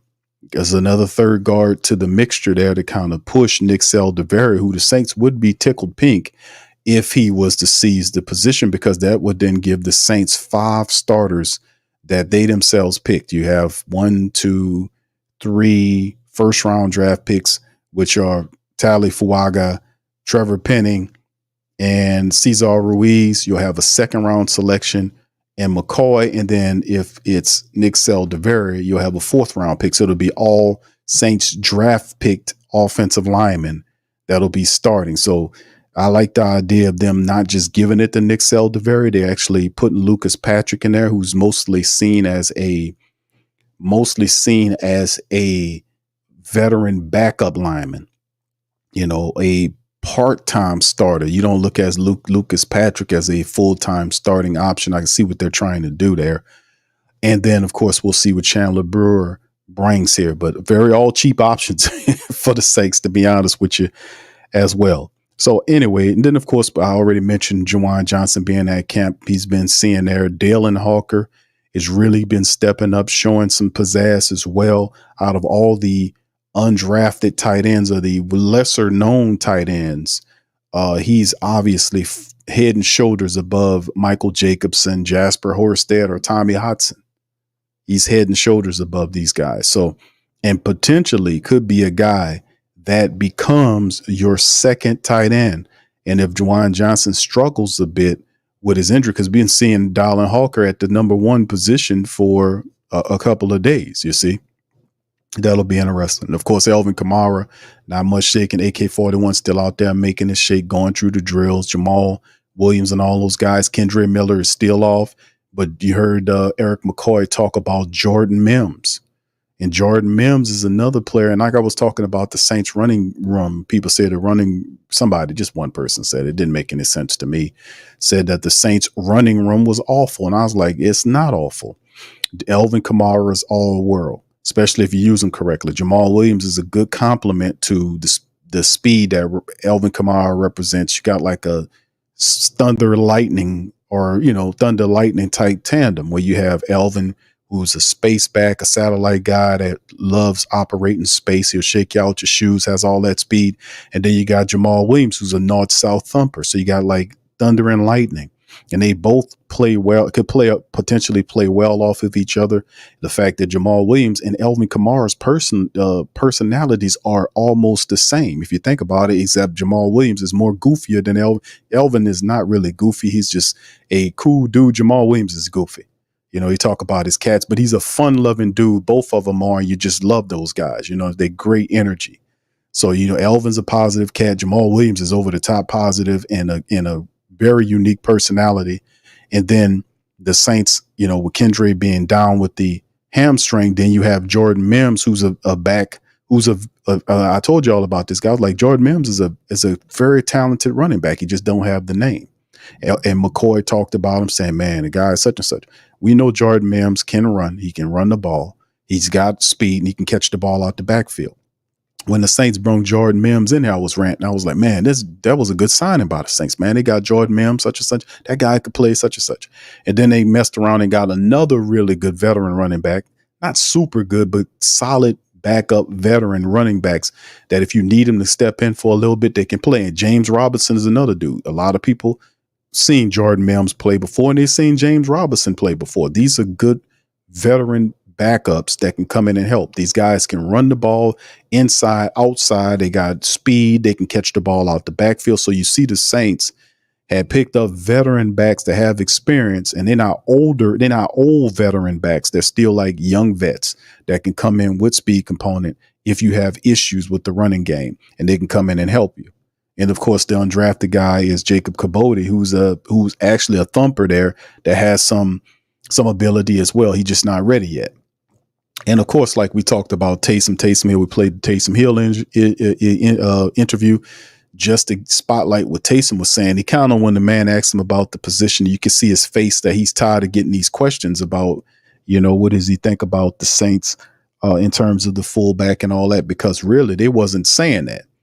They wasn't saying where they were going to use Tate. It was just theorized that he'd be used there. And we were doing it like when we seen Clint Kubiak move from the passing game coordinator to becoming the Saints offensive coordinator, the first thing I thought when I seen that, when they made that announcement, was who's going to be Kyle Juszczyk. That's the first thought. I remember I told the family members when all this was happening, I said, what makes the 49ers a unique unit is they get value out of everybody. Everybody got to contribute, all players, and they have versatile players at every position in terms of the skill positions. If you, and I've been saying this for a while here on this show, we've been doing this for a while, talking about the Saints, I was like, man, the Saints had unique skill players at every skill position except for the fullback position for a while, and they had a traditional old school antiquated like an old school fullback, who, to me, and no disrespect to Adam Prentice, but I called him this last year and this year. Like, to me, Adam Prentice is probably the worst fullback in the NFL. No disrespect, but it's just what I see it as. Like, there's nothing special about Adam Prentice. One of the worst plays I remember Adam Prentice did when he fumbled that goddamn ball on the goal line. That pissed me off because that changed the whole direction of the game. But you can't have all these guys like a Chris Olave who you can move around. You got Rashid Shaheed who wears number 22. You can move him around make him a little running back every now and again. Alvin Kamara from running back to a wide receiver position. You can move him out there and do that. Taysom Hill the same way. So you got all these talented players, and what makes the Saints offense dangerous is the fact that they create mismatch opportunities. And that's what it is. It's a game of mismatches. Now, we know that if you have a player that the defense can't quite match up with, then you're going to exploit that mismatch to your advantage. If you have multiple players that create multiple mismatches, that creates more options for you to exploit your opponent for a victory. And being that we have several players on staff, offensively speaking, that could be considered defensive mismatches, it's just ridiculous. And just kind of to move into the fullback speaking point about Taysom Hill is that Taysom Hill is Kyle Juszczyk. That's what it's going to be. And when we looked at the lineup, we even broke the players down sideline. I put them on the screen, sideline side by side on the screen. Y'all remember that? Put one in the chat. And I said, can Taysom Hill be Kyle Juszczyk? Can he be? And I said, hold on. Juszczyk, I think, is a little taller and bigger than Taysom Hill. So I pulled up Kyle Juszczyk's NFL profile. Guess what? He's not. He's the same height and same weight as Taysom Hill. I said, well, there you go. Juszczyk blocks, runs, and catches. He's a mismatch. You can use him, and he's good at every level of those things. And then you take him and you put him among everything else the 49ers had, along with the George Kittles, along with all this other stuff, and McCaffrey. You got problems. And you got to give Kyle Juszczyk a lot of love because he was blocking for a lot of those running plays that led his father's Ed, but Christian McCaffrey to having 1,400 plus yards. And that was top in the NFL last year. A Pro Bowl bid plus, not to mention he got an extension on the back of that year. I'm telling you now listen, the difference is between the Niners and the Saints is obviously the offensive line. We know their line is actually a pretty good line. You got veterans there. The Saints are a little different because the questions is, can the Saints the young offensive linemen get it and get enough of it where they can help the running attack open up? Because the great Bill Parcells, who was the mentor to Sean Payton, our favorite head coach and the best coach of Saints history, Sean Payton, his mentor, his thought process was a veteran costs. He said the only thing a veteran counts for is a loss. That was Parcells' thinking. I'm hoping that's not the case. You have to kind of utilize these guys, these young offensive linemen, because our young offensive linemen, they love to run block. So if we're setting up the run and gearing to their strengths, because they're both Tali Fuaga and Trevor Penning are big physical offensive linemen that have athleticism to them. They have a mean disposition, and you want to be able to build on that confidence by allowing them to do what they do best. Now, I know Fuaga has some blocking ability, so does Trevor Penning, but you can't discount the fact that both of those guys are angry, mean blockers, and most NFL offensive linemen can run block. That's the thing. Like I said this before, you get paid when you can do both equally well. That separates the elite from everybody else. You know, when you start talking about guys like Tony Buselli, Willie Rofe, and all these great offensive linemen, you know, it's a long list of them that you know that you ain't getting past that dude. That dude can pass block and run block at an elite level.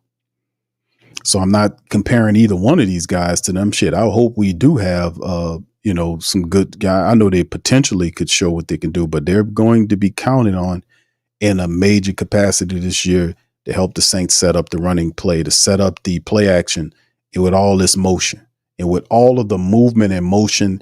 It's not only fun to watch because you used to watch the Saints do the kind of milquetoast stuff that they did under Pete Carmichael, which was, you know, but the motion, the movements, and all this kind of stuff is a thinking man game because the system is set up to draw the defense. The number one, to do multiple things. And the top two things that I see about the system is to get the defense to tip its hat about what they're going to do, what they're thinking to do, and to get them thinking even more. Because if I can get you or force you to start thinking and not reacting instinctually, I got you. In the NFL, and that's the thing I covered this before when you talk about instincts and thinking. They're trying to get you to think about it because it takes time to think. Instincts it's no time to it. You got the flow of the game. You working in it. You see it and you reacting. That's the flow of the game. Operating and playing instinctually, which is a form of intelligence. It's just a deeper intelligence. It's like not thinking. It's another level. It's a higher level. It means you're dialed in. When it's a higher form. It's a higher.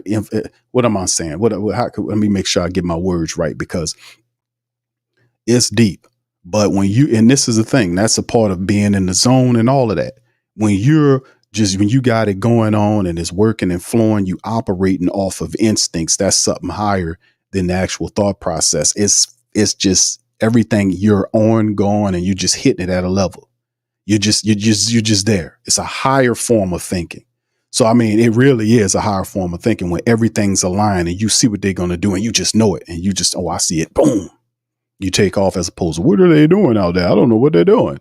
So that's what they're trying to get the opposing teams to do, which if that's the case, the Saints are going to have a lot of success because if you watch the 49ers use that offense, that form of offense, they have a lot of wins because a lot of teams can't necessarily deal with that type of offense. You don't have a lot of, no disrespect to other defenses, but a lot of those defenses get caught thinking a lot.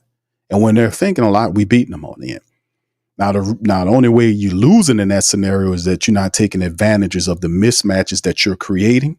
You're not taking advantage, or you yourself are involved in beating yourself, in the football game by having pre-snap penalties, being error prone, not on top of your game, not being timed up. You see what I'm saying? You start playing against yourself and helping the team beat you when you're not on code with yourself.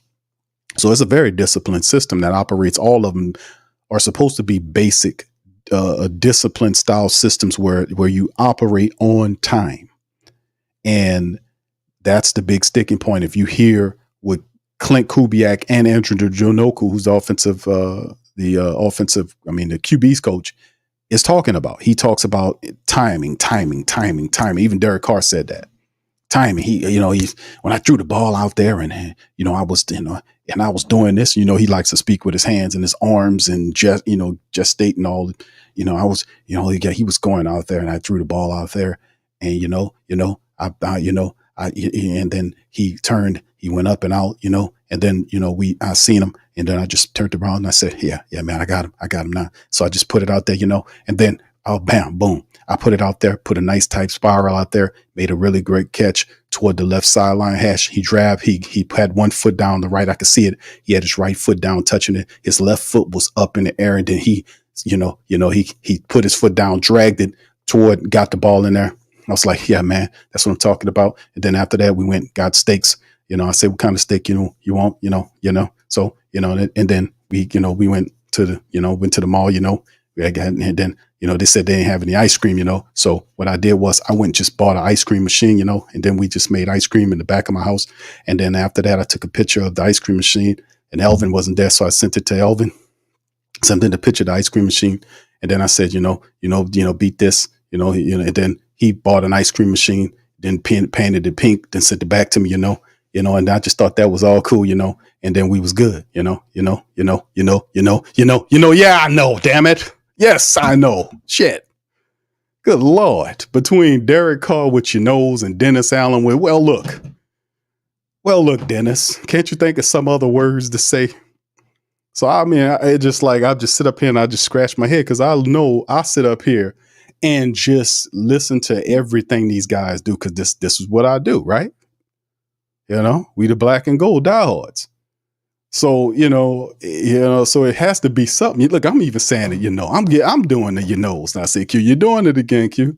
You're saying, I can't help it. I'm programmed now, And I, well, look, well, look, that's for your ass right there. That's two of them. Well, look, Mm-hmm. Yeah, we know, Derek. Damn, bro. Yeah, we know all we know everything about this. Yeah, we got you, brother. Yeah. But back to my point, so the bottom line is that the system is set up, man, to take advantage of the defense. So I like the system because it's not only is it an intelligent system to employ, but it's also a very pleasing system to watch. It's like watching baseball versus watching basketball, so to speak, So it's a lot of stuff out there that's going on. Like if you watching baseball, I like watching baseball, but a lot of people think that baseball is too slow. So they're not going to watch it. You got to have, you got to be a lover of the game to watch baseball. But you look at basketball, they're going up and down the court, they block and dunk, and it's a different energy. It's a different look. It's more energetic, whatever. That's my opinion, my contrast between both of them, because even though we seen Sean Payton's system a lot faster than what we seen under Pete Carmichael, because it wasn't ran with confidence. It wasn't ran with accountability. It was weak. It was flimsy. It wasn't alive. It was scripted. And even though some of it's scripted, you got to jump off script every now and again. You got to we're in the world of the living. You got to ad-lib. That's what make a lot of the stuff work. If you can't ad-lib, then whatever you're doing it's just not what it is. It won't pop. But I do like the system a lot, and not too many teams have success in stopping that system. You might have a few teams, like you watch the 49ers win total since Shanahan went out there and started doing it. Most of the time they're in double-digit wins every year because the system forces the defense to think more than what they want to think, and it takes advantages of them. So the Saints would have to kind of fix all of the pre-snap stuff that ties into the overall intelligence level of how smart the assistant coaches will kind of focus on attention to details, which is making attention to details is everything. It's everything, especially pre-snap penalties and things that hurt the team. That has to be on the forefront of Janoku and the pass game. The offensive coordinator, Clint Kubiak. That has to be forefront on his mind, because it is on mine. What good is having a motion, offense moving all kind of ways if the offensive line jumping off line? It's jumping offside, backing us up 5 there. We have to be able to operate with the pre-snap penalties. We can control that. We can control the pre-snap penalties. We won't be perfect, but we need to severely reduce the amount of pre-snap miscues that we get as a team. If we want that success to go up, we can't hurt ourselves. So that is a big part of when you are a young player, you're going to make a ton of mistakes. That's what it comes down to. We got to understand that with these young offensive linemen, they're going to make a ton of mistakes. Just how it goes. All right. So anyway, all right. So big ups to you guys. Appreciate y'all being here. If y'all got any questions, please feel free to throw them in the chat. I'm about to bounce up out of here in about 15 minutes. But if you guys have any questions, please feel free to throw them in the chat and I get to answering on them. And then, of course, like it's a few people that we were watching that I was looking at for the Saints camp that I really wanted to see what happens there. Like we talked about, the tight end position, like that was something we did with the 25 questions. Remember that? We did the 25 questions show, which was inspired by John Hendricks' article, 25 questions. And this was done prior to training camp that was answering. So I answered 25 of the questions in the 25 question show. If y'all want to go back there, y'all can go and watch that show. It was actually a pretty good show, man, where we talked about a lot of that. And one of the biggest areas or positions of concern for me was the tight end group, or I think he said which group has to step up. And I said the tight ends.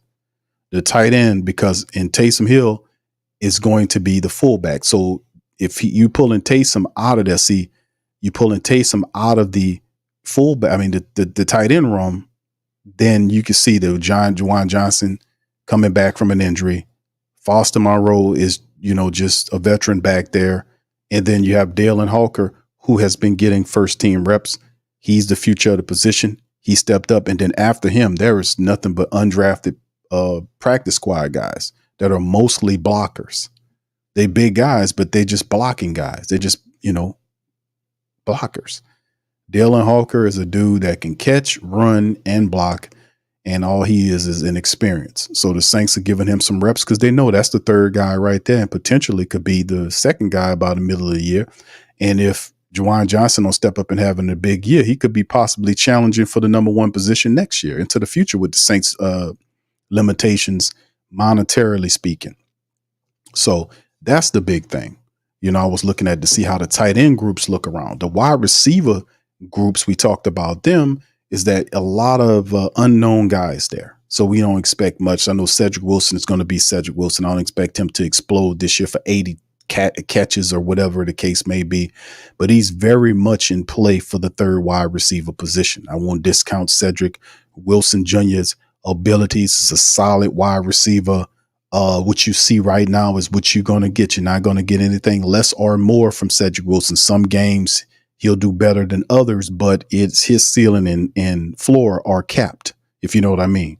He's between that line. A.T. Perry is not. His floor is here, his ceiling through the roof. A.T. Perry is not. A.T. Perry could be either Marcus Colston with speed, or I dare not say the other dude that was a tall wide receiver who was some BS.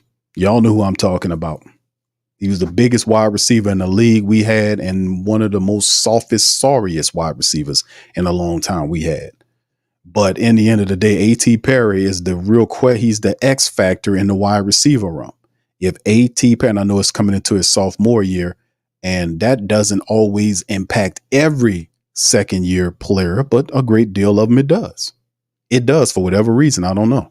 They have an issue, and sometimes they have issues when they're there in that second year. I don't know why, but it is what it is. Some players go through that.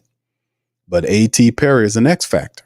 A.T. Perry could take that third position if he comes in. And it's not just size. He's 6'4", 6'5", but he has speed too. He has speed to go along with that size. He got to work on his route running. He got to get a little stronger there to be a better blocker. But that's the big sticking point. He would have to beat out Cedric Wilson, who the team is. The team likes Cedric Wilson. Cedric Wilson, 6'3". He's a solid wide receiver that can block and catches everything you throw to him. So he's not a big name player, but he's there. But he is indeed the X factor in terms of fighting for a position, because the Saints operate with a lot of 3 wide receiver packages. He'll see the field a lot. So it's up to A.T. Perry to step forward and be on his best game in this offense and pick it up as fast as he can. So, but yeah.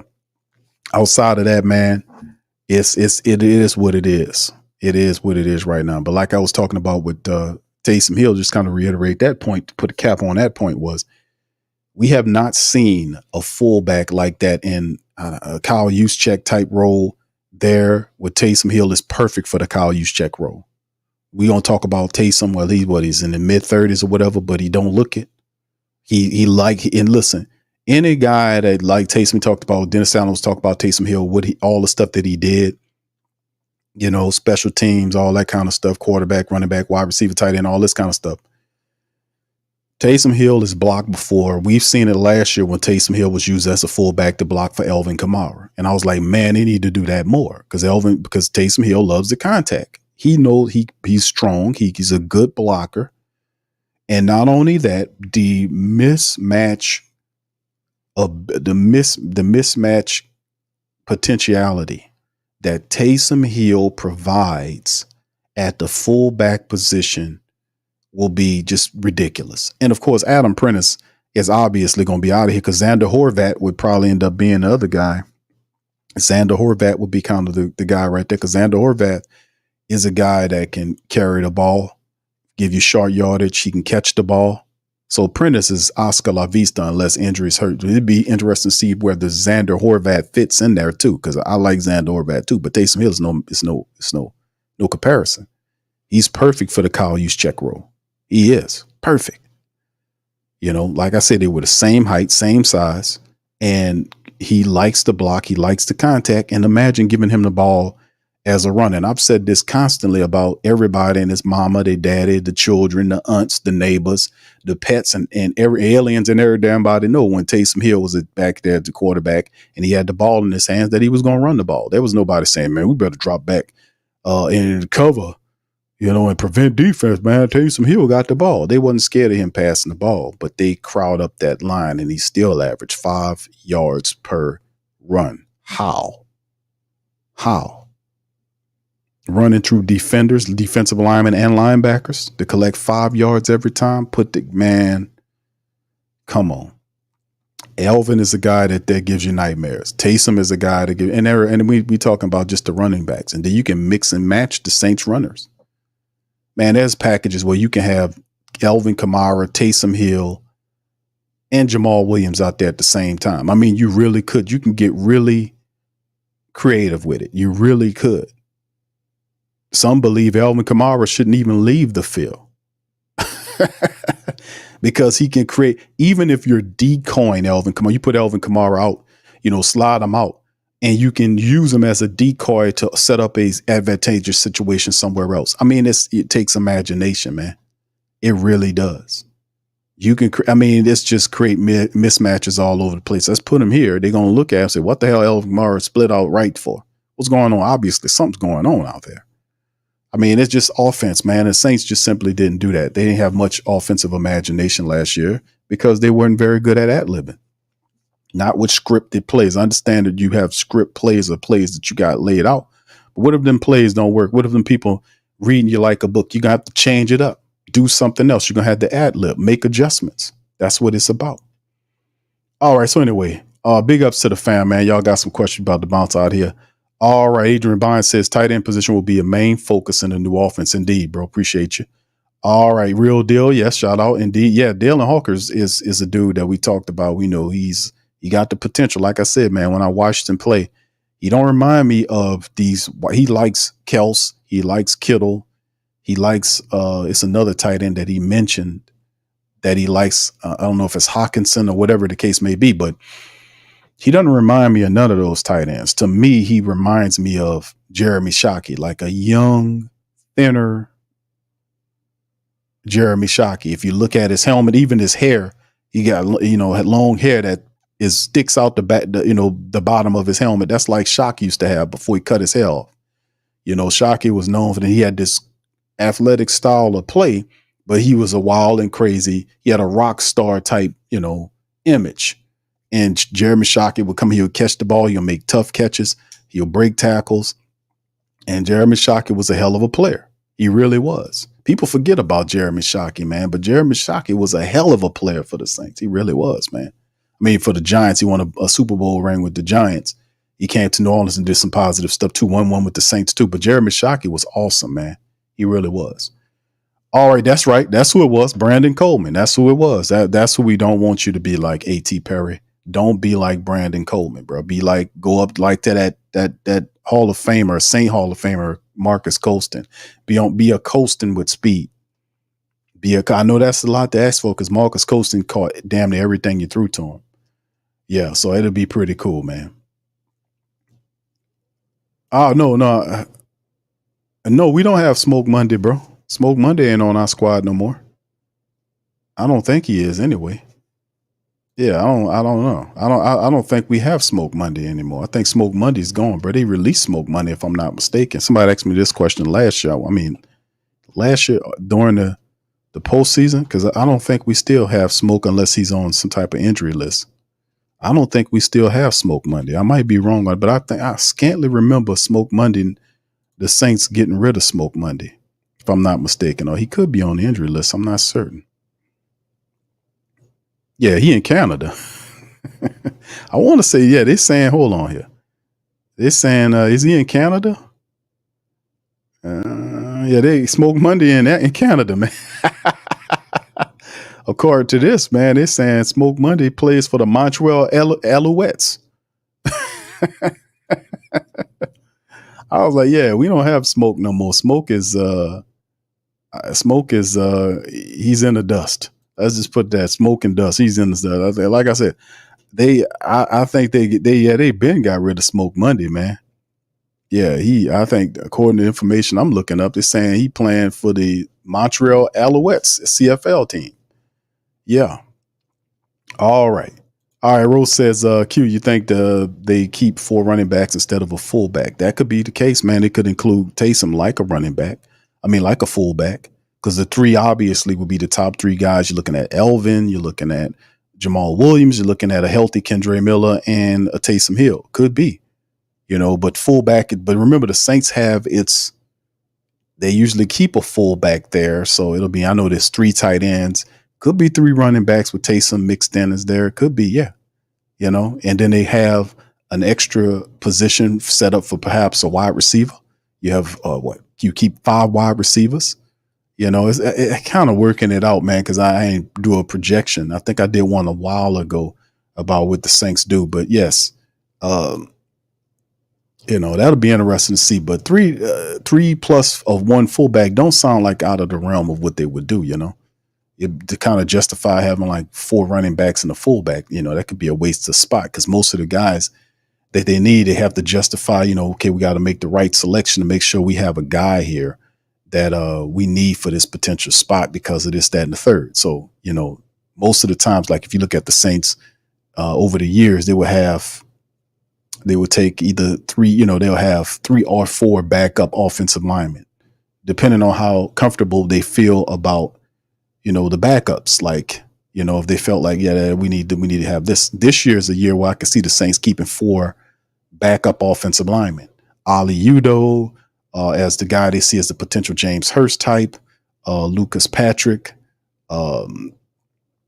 Landon Young, and probably another throwing player. Y'all pick that player. So I could see this could be a year the Saints have 4 backups linemen as well. So yeah, 3. That don't sound bad, bro. Because they'll definitely take the spot and slide it to somewhere else, perhaps an extra DB they might need or something like that. I could definitely see 3 QB spots. That's all. That's no thinking right there, right? 3 tight end positions, 5 wide receivers, 5 wide outs, 3 running backs, a fullback, and then, whatever. So it could be 1 more position depending on what they're looking at. But yeah, it depends, bro. I guess it depends when you start breaking it all down. All right, what's up? Bishop says we need a nasty back on our line like Turley. Okay, yeah. They do have some. Well, I mean, Kyle Turley, man, was something else, man. Talk about crazy and long hair. Yeah, Kyle Turley had a lot of potential, man. He really did. Was a tough guy, kind of uncontrolled, undisciplined at times. But I think the nasty disposition will come from Tali Fuaga and Trevor Penning, the young guy. I think that's probably one of the biggest gifts the young guys could give the Saints line. Because remember, the Saints offensive line last year was weak and milquetoast.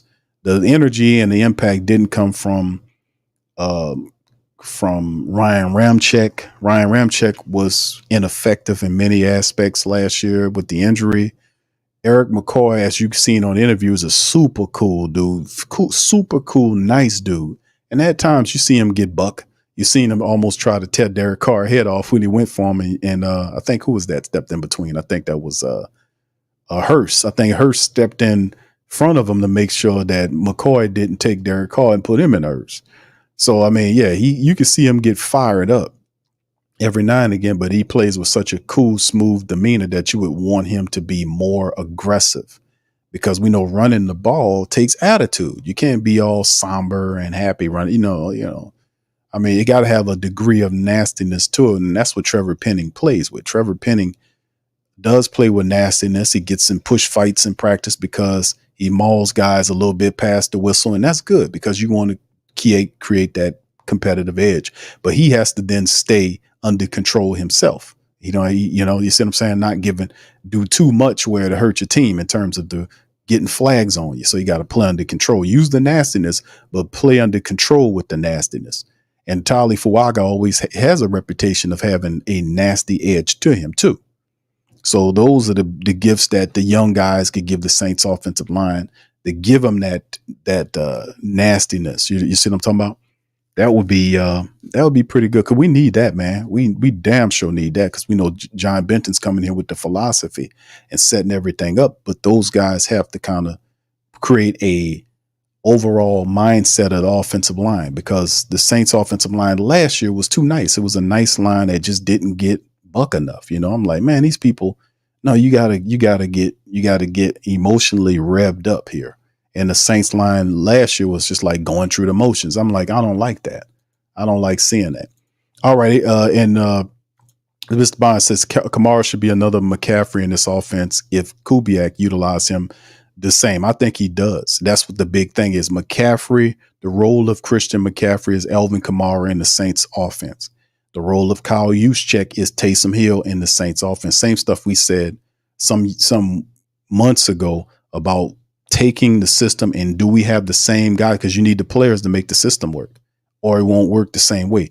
Good enough that we actually have the player that has not only the ability of a Christian McCaffrey, very well could have more ability in the system than Christian McCaffrey. You see what I'm saying? Because a lot of people see Alvin Kamara athletically more gifted than Christian McCaffrey. No disrespect to Christian McCaffrey, because he's terrific.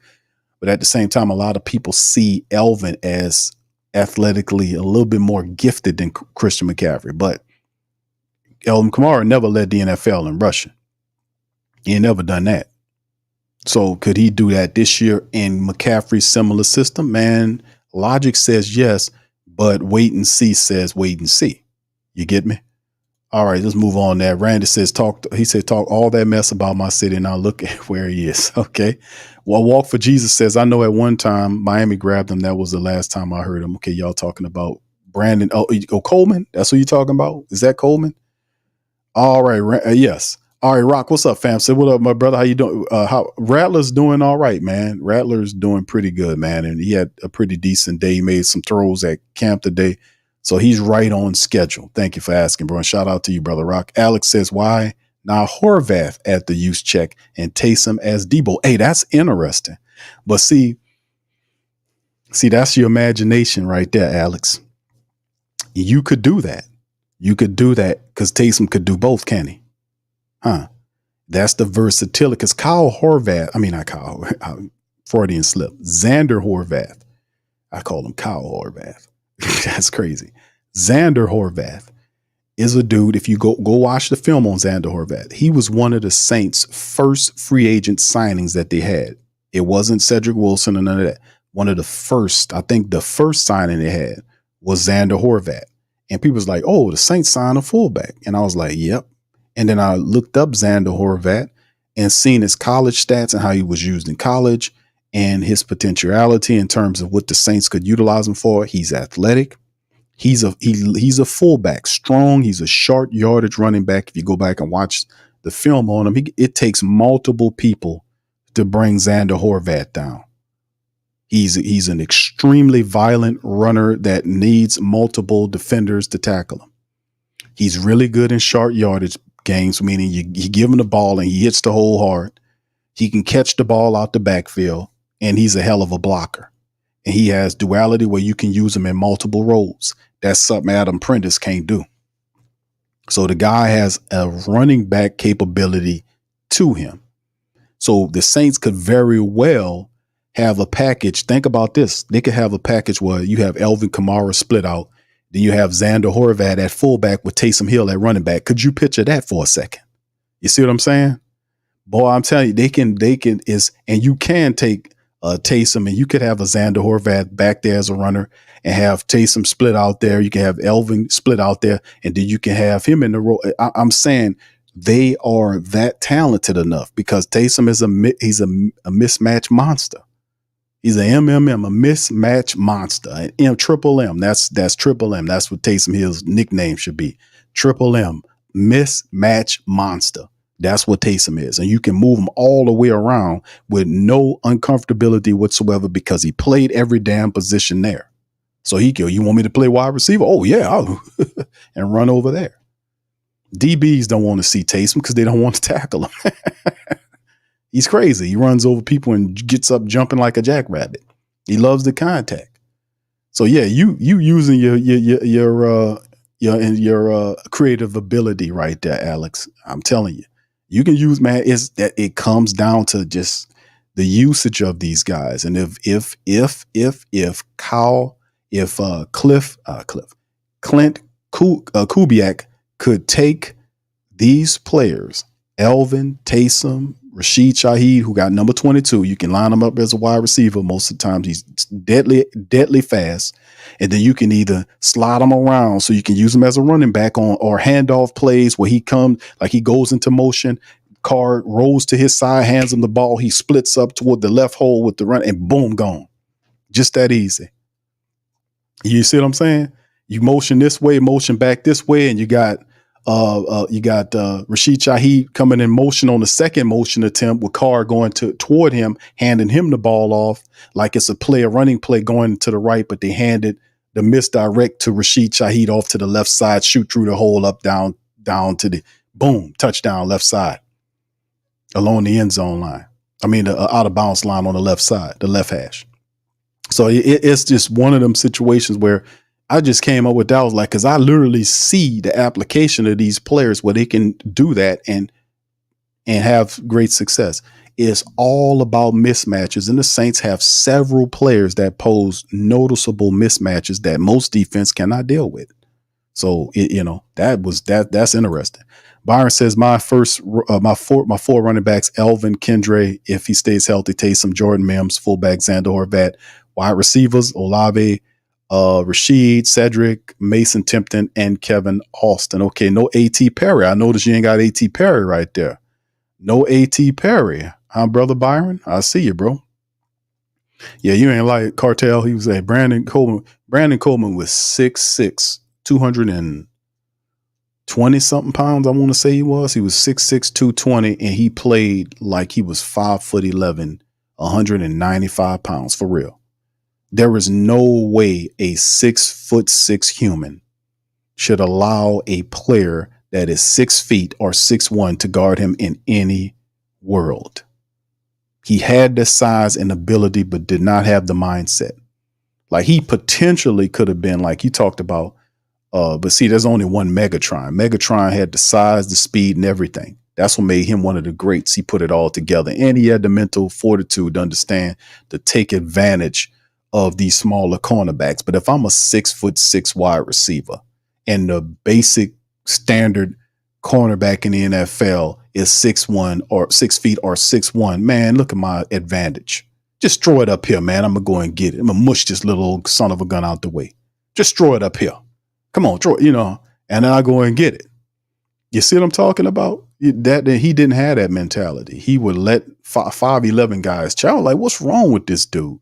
He would ball out in practice, but then when the games hit, he was a practice star. That's what I told him. When the lights going, it was all psychological. Always, I broke down Brandon Coleman. I talked about him all the time on the show. I was like, this guy is a practice squad warrior. He diving on the ground, making plays. doing all this in practice, but when the lights go off, he can't mimic it. Couldn't do it. That was all psychological. I don't know who told him, man, you ain't shit. You did big for nothing. Somebody must have told him that in his life, because he really lived that on the field during the games, man. Real smoke. All right. Okay. He says, Cartel said they mentioned Smoke Monday at practice day 3. Oh, did they? Oh, yeah. Okay. Oh, well, there you go. I must have missed that one. Maybe they were thinking about potentially signing him. I don't know. Randy says, Q, can you imagine the backfield with Kamara, Hill, and Shaheed? Yes, I can, brother.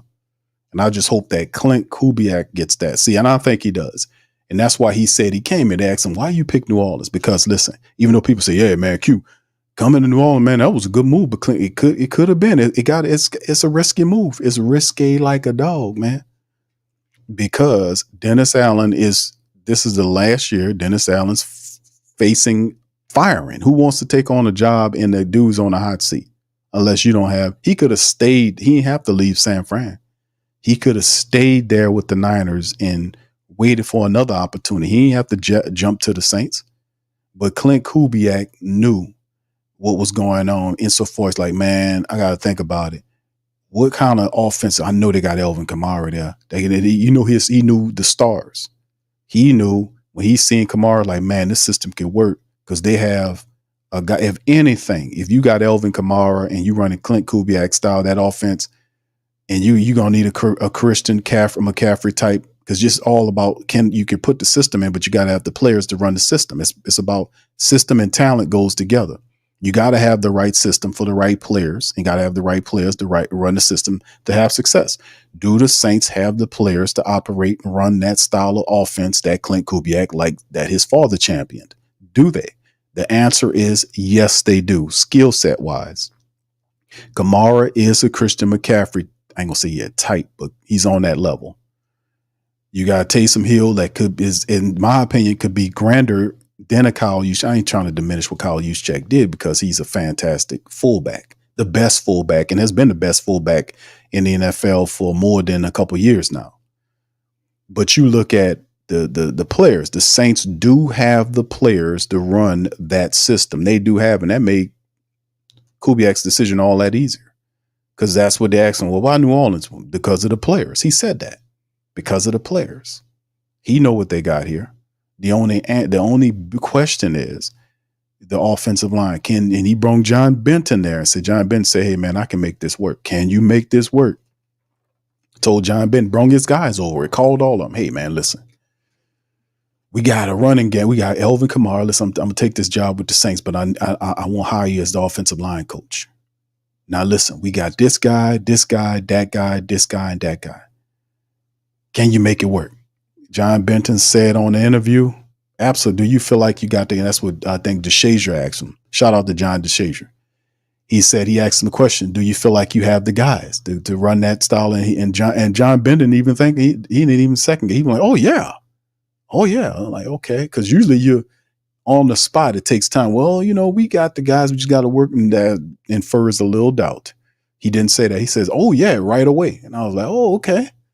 So yeah, we definitely got the guys, because he understands that in order to operate that offense, that his offensive linemen have to move. They got to be able to be big guys that's strong, that can actually move and get to spots, according to John Benton's words, to get to areas of the field to cut it off to cut off pursuit angles. So an offensive lineman would have to be fast enough to get to an area of the field, turn around and cut it off, so Elvin Kamara, and form a lane where Kamara can get in between them and then shoot, down to the end zone. And then not only them guys just get there and start pushing people, but, if you go and watch the tape, some of them linemen actually turned around when they were blocking and cut off the pursuit angles. You've seen guys just running down the field unabated. So, that's what he's teaching these guys to do. And if that's the case, it only comes down to a matter of intelligence and how they decipher out how small a chunks of game does John Benton feed the offensive lineman, the rookie or the younger inexperienced guys, to get them on that code. That's what it comes down to. How good a teacher you are to disseminate the game to these younger players so that they pick it up, where they can be able to then employ it in a successful manner. Because we're going to need the young players to contribute right away to have success, as opposed to over time. See, it's a pressure cooker. it's a pressure cooker here because the young people are going to have to get in that pressure cooker and they're going to have to bake. I know they're going to have to bake, but at the same time, they have to be able to be counted upon because you got them at a position of need, which is the 2 tackle positions. They're going to have to grow up fast in the NFL, in other words. And I know Tali Fuaga is a guy that we got a lot of respect for and such and such. And Trevor Penning is an interesting case because Trevor Penning had a dramatic turn of things that happened at the left tackle position to the point where we said this before, said you're going to have to put this guy on the other side. He'll be better than. I really do think he'll flourish. You heard what McCoy said about him. We had other coaches that talked about Trevor Penning because that always comes up. It's like how Penning's doing. McCoy said he was working his tail off. You know, that he's going to be a lot better. He's confident about what Trevor Penning's going to be. And this is what McCoy was saying. So we'll see. But I really do think that he'll be all right. But yeah, absolutely, Randy. That's what I'm talking about. Man, we got ball players here, man. You just got to know how to use them, man. I mean, we there. Rock says no Lattimore to stop D. Johnson. Lattimore should be. I'm putting it in the air, my friend. I think Lattimore, he got a hip flexor that happened. I'm putting it in. I don't think you'll see him in the preseason in terms of playing in the preseason games, but I think that, it'll be smart for the Saints to you'll see him working out eventually. Oh, and it's just me putting it out there to the universe that you won't probably see him for the rest of the preseason, but you'll probably see him at camp working off to the side, and they'll just take more of a cautious approach with him with the hip flexor. So he'll be ready for when week 1 comes around. So I think we'll be all right with Lattimore. That's just me putting it out into the universe. It's just a hip flexor. And I just did the report when I showed you what most hip flexors, depending on the severity of the hip flexor, saying it'll take anywhere between 2 weeks to, 2 months, depending on the severity of it. Mickey Luma, shout out to Mickey. He's here, says, fans want me gone. When we win a division this year, I want you fans to keep the same. No, hold on, Mickey. Hold on, Mickey. Hold on there. I got a bone to pick with you, Q. I heard what you said. You told me some shit. I had me riled up. Yeah. But nah, Mickey, listen, man, the bottom line is, we're going to keep the same energy because that's what the Sports Coma represent. We don't want to see the team fail. We just don't like time wasting. We don't, make the right decisions, operate out of intelligence and not emotion. This is a business after all, and pettiness don't have any place in this. If you have productive players, pay them their money. You see what I'm saying? Pay them their bread. Stop the pettiness. It's all about business, that kind of stuff. But yeah, we want you to win. And if you do the right things, you're supposed to win. So yeah, we're going to keep the same energy. If you go back and listen to the shows, we've been saying the same thing all the time, man. Shout out to you. Mickey Lewis. Same for Life says Kamara production has been down for the last 2 years. When his production goes up, I'm on board right now. Let's wait and see. Way too early to predict what he gonna do. I think he'll be all right, bro, in the system if they run it right? All right. He said, yeah, he said Mickey's back. He said, I heard M3 AK is about to get the bag soon. I'm addicted to juice fruit. All right. Thank you, Mickey. Calm down, Mickey. Calm down. All right. Rock says no excuses, no mercy. See y'all week 1. Who that nation? Yeah, y'all be ready there, brother. Rock, get them ready, brother. Tell them we ain't playing with them, brother. Tell them we ain't playing, brother. All right, Young City says, Q, can we go and get Willie Snead? Wide receiver room will be overpowered. Willie Snead as a wide receiver? I don't think Snead, bro. I think Snead is past his prime, bro. You mean as a coach? I'd be cool with Willie Snead as a coach. I don't know if he would be any. I think let me look up Willie Snead. I think Willie Snead is past his prime in terms of you talking about hold on here. Let me see. No, he's just 31. Where is he with now? He with the Browns. No, he was he is a free agent now, 31 years of age. Yeah, I don't know. I don't know about Willie Snead, bro. I don't know. I mean, I would have to say no on that, brother. And I do like Willie Snead, but I just think we got more than enough veterans right now. Willie, almost 32 years of age, bro? I think he's like on the back end, and he was like, he had 2 catches all of last year.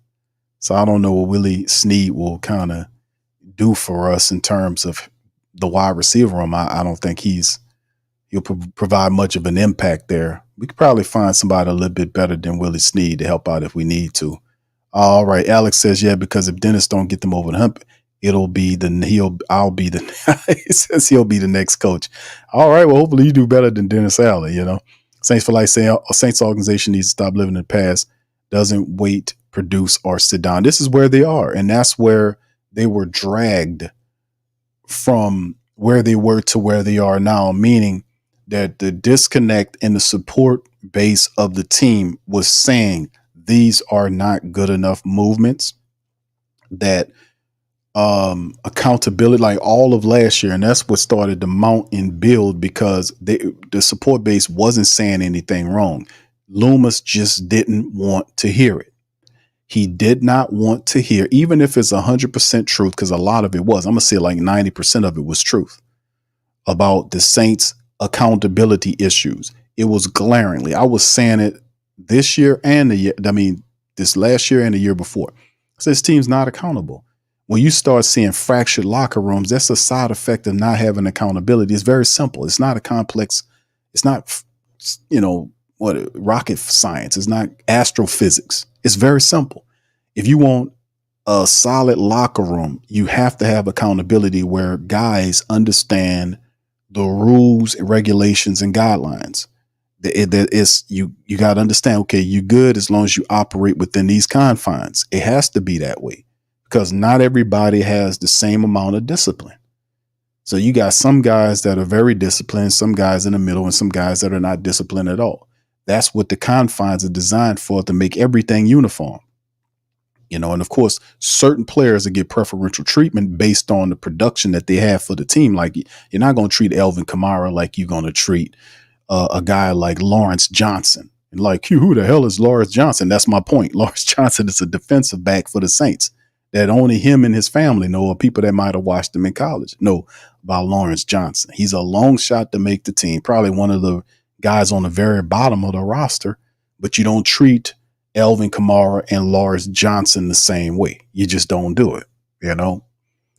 Alvin Kamara has earned a certain level of respect and a certain amount of, what was the term I'm looking for? I guess credit. Cred. He's earned a certain amount of credit from the team. I mean, this guy here is a Pro Bowler. He's always in great shape. He's a top 5, top 10 running back in the NFL.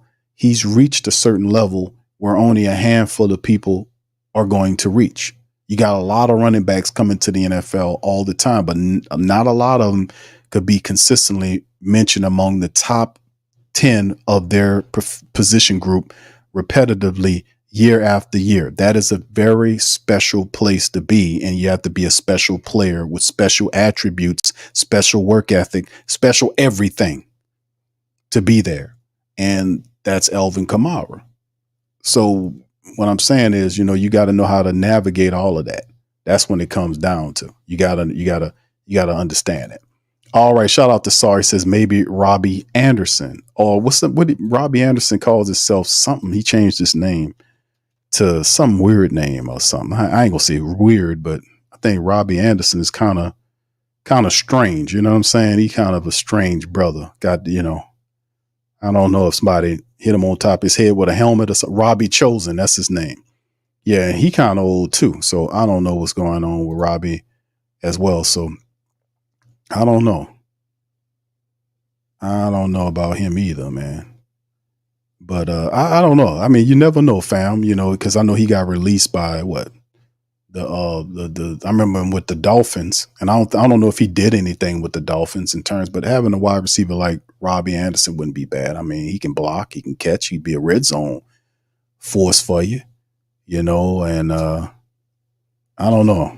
I just have to look at the list and see who's out there. All right, shout out to the fam, man. All right, so who else we got here chilling? Any more comments there? Yeah, he goes by Chosen. Robbie G. I just looked it up. Thank you, bro. All right, what's up, Jack? Shout out to Jack, man. Rose says he wants to retire a Saint. Does he? We sign him to a 1-day contract, and there you go, baby. 1-day contract, retires as a Saint. He started with the Saints, so it'd be a good thing for him to start and finish. That completes the circle. Pelicans Nova say, what's up, Q? My wife says she glad to see Mickey Loomis in the chat. So we exactly. Yeah. You listen, man. And let me tell you something, Pelicans Nola. Shout out to you. Shout out to your wife, man.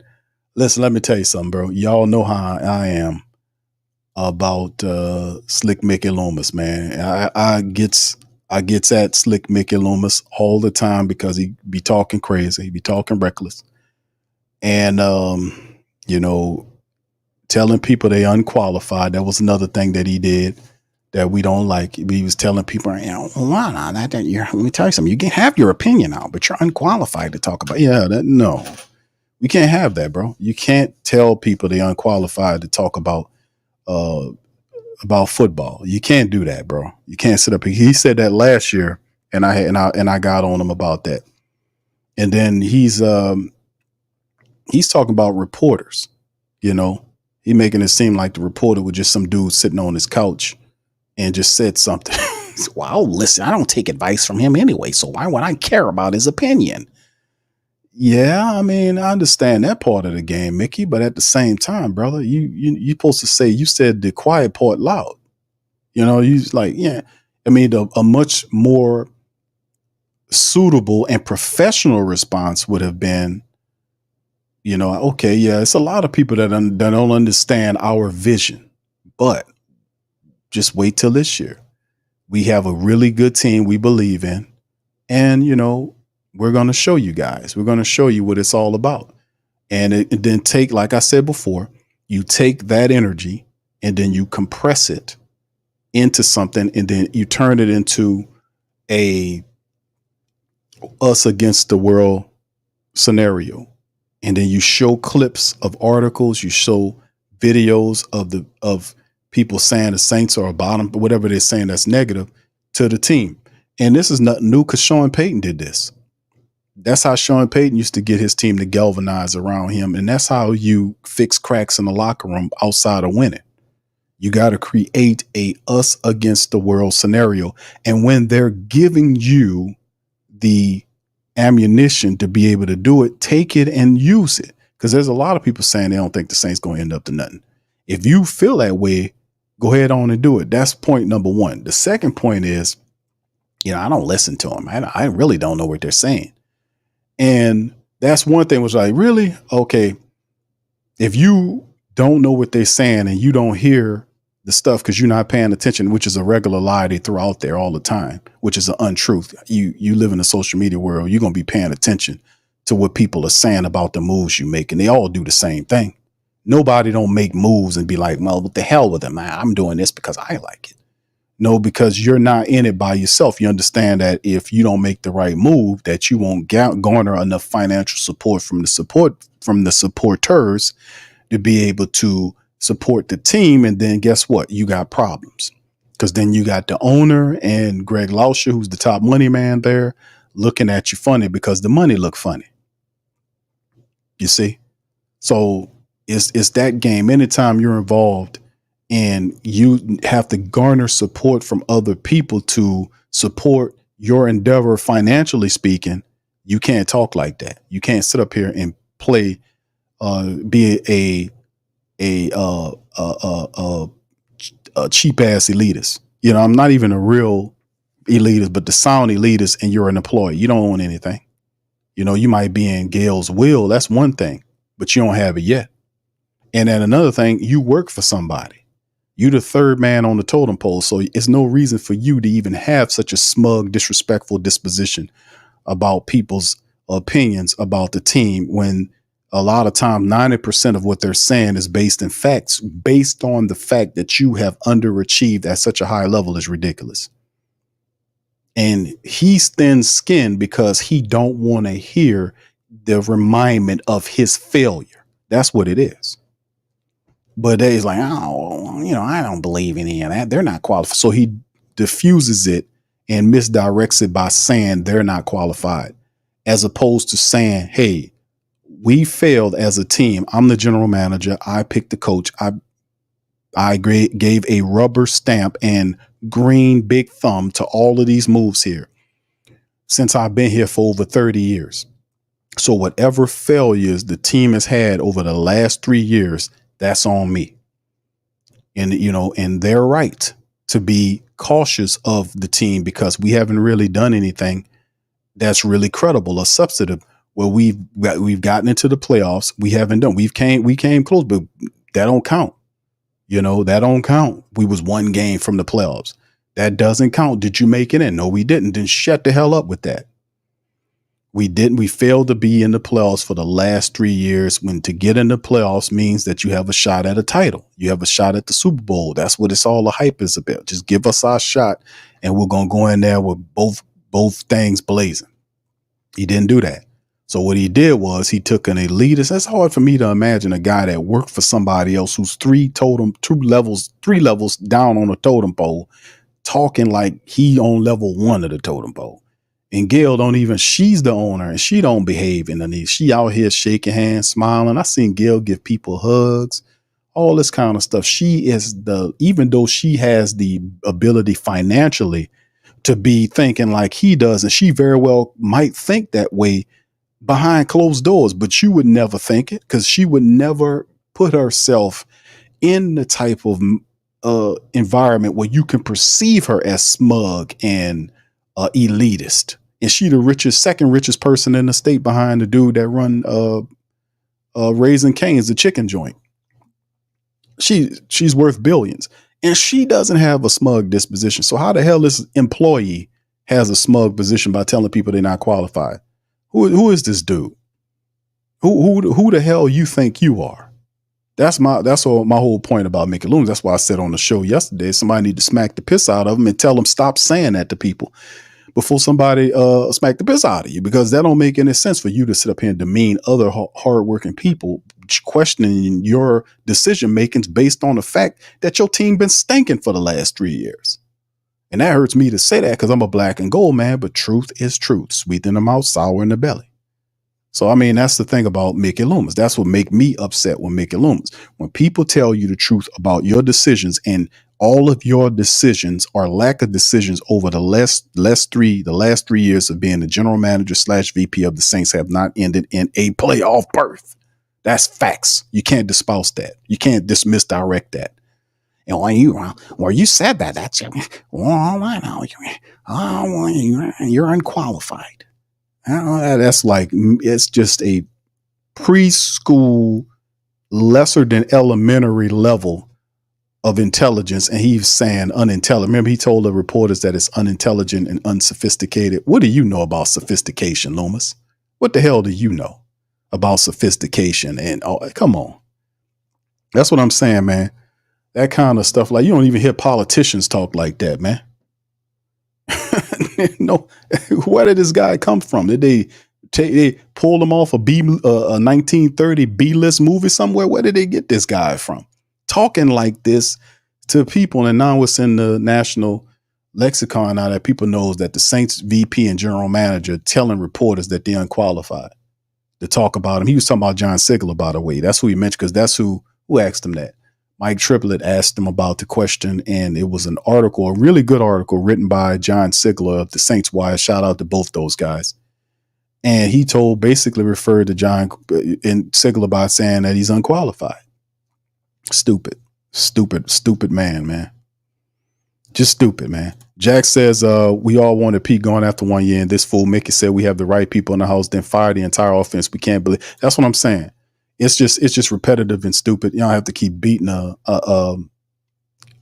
keep beating a dead horse, so to speak, or a live horse, however the phrase goes according to Mickey. But yeah, you can't have that type of mentality, bro. And that's the thing that really stinks when I look at it. That's why I've been pushing hard. I've been a proponent of moving Mickey Loomis off the general manager position and putting somebody else there. He's cracking the F up. Like it showed last year's press conference with him sitting up there bulging this. I really do think he was on something.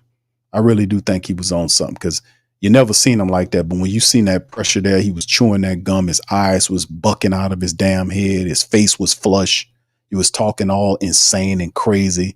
I'm like, this dude is on something, man. Something wrong with this dude. So we might have to get him off the table, man, and move him on out the way. And the only way that happens if Gail said, if Dennis fails, then you would have to look at Mickey Loomis and all of that.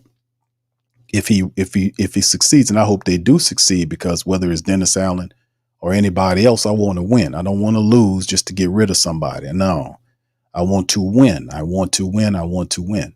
I don't want to waste time trying to lose. That's dumb. You know, unless I got a craptastic team. That's a whole nother thing I care not to get into. But the Saints have to take advantage of Demario Davis's time here. He don't have a lot of years of playing left. Cam Jordan, Tyrann Mathieu. We got people right now that we can utilize to help us win. I do not want to waste time losing just to get rid of one dude that was probably supposed to be gone last year. So, I mean, we just got to focus on the winning. He finally made the right decisions. That's what I'm saying. I know people kind of fed up with him, but he finally made the right decisions to fix the offense, to get accountable guys. And we were saying this just ahead of our times, just sitting up here saying accountability, attention to detail. This team has no accountability. And then imagine how I feel when I was doing the over the last couple of years, doing all the play-by-plays, listening to all the garbage and the lies and the misdirection in the post games, the pre games, the practices, the off season stuff. And then finally, when the year changes over, you start hearing him say everything you said the 2 years prior, the year before and the year prior to that, saying the same thing you saying verbatim, doing the same stuff that you recommended him do it months ago. Stop pinning from the left side. He's not a left tackle. When they did that, I said, don't do that. Put one in the chat if y'all remember. All the stuff I was telling them to do, they doing it now. They doing it now. I sat here and said, man, don't put pinning at left tackle. Don't do that to him. That's wrong, blah, blah, blah, blah, before they even did it. Put one in the chat. I told these people, man, because it ain't hard to tell. And then he fails there, and then they put the blame on Penning. I was like, don't you put that blame on Penning. That's on them. You got to put a player in a position to succeed, and that was not a position to succeed. I was saying it at the time. You don't put that guy on you got Fuaga. Now the Saints are in on it, but at the time, if you got you got a veteran and a position that's open, you must move the veteran tackle to the blind side of the quarterback to protect the quarterback. That's the most important position on the offensive line, is the blind side tackle. You have to have your most reliable tackle to cover the quarterback's blind side. You got to have that. And people will tell you they're interchangeable. Bullshit. You need, when you got guys as fast as these other defensive linemen are firing off, and then some of them are so crafty that they make sure they put their best pass rusher on the blind side so the quarterback don't see him coming. Let them tell you, they could tell you that, well, you bet they mean to tell you when they running the ball, it don't matter. And I disagree to that to a point. But if it's they're passing and you're going to pass, you better have the most trusted guy you over there blocking for that guy, or that quarterback gonna get killed back there. It's gonna lead to turnovers and injuries and every other thing. You better protect them.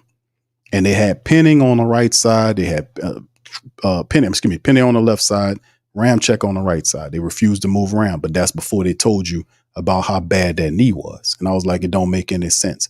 They didn't want to move Ram because Ram's knee was bad. They didn't want to expose him at left tackle. So they let Penning catch hell for it. Then couldn't dope up Ramczyk enough where they was shooting him up with painkiller, and it wasn't even having an effect to the point where it is what it is right now. Sleep at the switch. I would have known right there if I couldn't move Ramczyk from right to left. I was like, hold on, we have to look at this, man. I would have stopped that a long time ago if that was the coach. I wouldn't have let Ramczyk play on that knee, and I knew it. Because listen, don't make him think like it's guesswork. The coach and all of them have full access to all of the Saints players' medical records. He can pull it up on his computer if he need to. They have their own team doctors, and the head coach is privy to all medical information on all of his players. He has the full docket, the full laundry list of what's going on with those players, including if they're hurt, timelines, exact timelines of what it'll take for them to be healthy. Even though he don't tell you, he's not privy to tell you that, but they have all of the information. I've been saying that. They know better. They just choose to do it one way or the other. This is facts, man. This is facts. He got full information. There ain't no guesswork with medical reports when it come down to the head coach and his players. He can pull it up on his computer directly from the medical department inside of the Saints building. They got their own doctors, their own equipment, everything. And then if they need more work, they send them to a specialist, and then they get those coded reports. Full information included with timelines. Exactly how long it would take. And in some cases, they get second opinions on stuff with an additional set of information and timelines. You see? So, I mean, I ain't going to sit there and play games with you. I'm going to tell you all the real, man. But anyway, with that being said, we're going to get ready to get out on this one, man. The bottom line is that the Saints are finally, I know a lot of people kind of went through this whole little shindig about this, that, and the third, what the team was doing over the last couple of years, but they finally did the things that we were talking about here at Sports Coma. They finally are doing it. They moved Penning from left to right. They finally went and got an accountable person that can operate the Saints offense, that is attention to detail centered. They finally got capable people. All of those guys are very good and operate on the same mind. We're talking about the running backs coach is super awesome. The wide receiver coach Williams is super good. Clancy Barone was a guy that they picked up from, I think, the off season before when they made the change. The QB coach Andrew Janoko is in lockstep in harmony with Clint Kubiak. So I mean, Kubiak is a person. His lineage is operating that offense. So it's not like he's a disciple. His father, Kubiak and Shanahan, who was the coach, weird dynamic, very weird dynamic, because these guys, this is lineage style offenses. You had Kubiak running this offense and he tied to Mike Shanahan. So you had Gary Kubiak and Mike Shanahan, who've been tied at the hip in success for many years. And then Kyle Shanahan, the son of Mike Shanahan, becomes the coach of the 49ers, and he gets the son of Gary Kubiak, one of them, to become his passing game coordinator. So you got Shanahan and you got Kubiak lineage tied together in this offense. Here, that guy knows that offense like the back of his hand, man. It's not like he's a Pete Carmichael, that he been up under Sean Payton all these years in this version system. That's like the family business to Clint Kubiak. That's the family business. The run, it's a different effect. It hits different. When my father did this and this, he taught me this. Your father, if he ain't gonna teach you something, he gonna give you the game. He ain't gonna hold things back from you. He gonna give you the system and tell you how to operate. Real money. This is the family business. So like I said, I like about the kid is that he don't talk a lot. He listen. You can see it's a seriousness about him. And he understands the severity of the situation that he's in, because he knows that he has a compressed time frame to be able to be successful here. And that not only that, but that everything is based on him succeeding or not. That's the reason why a lot of it, they don't say they somber, but they understand the explosive nature of the situation that they are in. This is like a 1-year situation. And we got to hit it right. If we don't succeed, we're going to be looking for a job next year. That's really what it is. But to take the job under that pressure, that instability, when he could have just stayed with the 49ers, think about that. So to make a long story short, like I said, Clint Kubiak, Andrew Janoko, and all of the others, John Benton, offensive line coach, all of these guys are attention to detailed, accountable people that'll make sure each one of the rooms they're responsible for are well and ready to play. That John Benton is going to make sure that his offensive linemen are up to code, that Janoko will make sure his quarterbacks are on code. And Janoko talked about, when he came in here, the OTAs, he talked about Carr. Like Carr was one of the number one situations. Like we have to, when they got in there, he was talking about Derek Carr, gave him some accolades. They talked about what we want to do. We want to work on his footwork, because they see there's issue with Derek Carr's footwork. 10-year veteran, problems with his footwork. They seen it right away. We want to speed him up. We got to work on his timing, speeding up, being faster in the system so we don't have any issues there. And then, like we was saying, even Clint Kubiak said, when he was throwing the ball out there, he looked good. We just want him to do it faster. That's that, you see, getting his timing right. And he also mentioned progressions. Make sure, we going through the progressions. So footwork, progressions, timing, all of that. That was stuff that was hurting us last year with Derek Carr. I'm just saying based on that's what those men said. Coming into it, it's like, okay, that was the same stuff we were saying last year, minus the footwork stuff. I didn't say nothing about the footwork. What I was talking about is the fact that he didn't progress well. He would hold on to the ball too much and stare one side of the field down. And that's coming from the all 22. Same film they were looking. We were studying it, saying this guy is staring down. He's doing a little too much staring. They seeing that too. So anyway, but yeah, I'm very happy to see that they're doing that. Once again, shout out to Ed Daniels and his family. We hope Ed Daniels is going to be all right. As the news came out about an hour or so that Ed Daniels, man, shout out to John Hendricks. He had this on his page. He shot this out about Ed Daniels, man, that Ed Daniels was hospitalized, and one of the reports indicated that Ed Daniels wasn't breathing. Well, he's on a ventilator, and when our prayers go to Ed Daniels, and this is a local sports legend, man. Ed Daniels.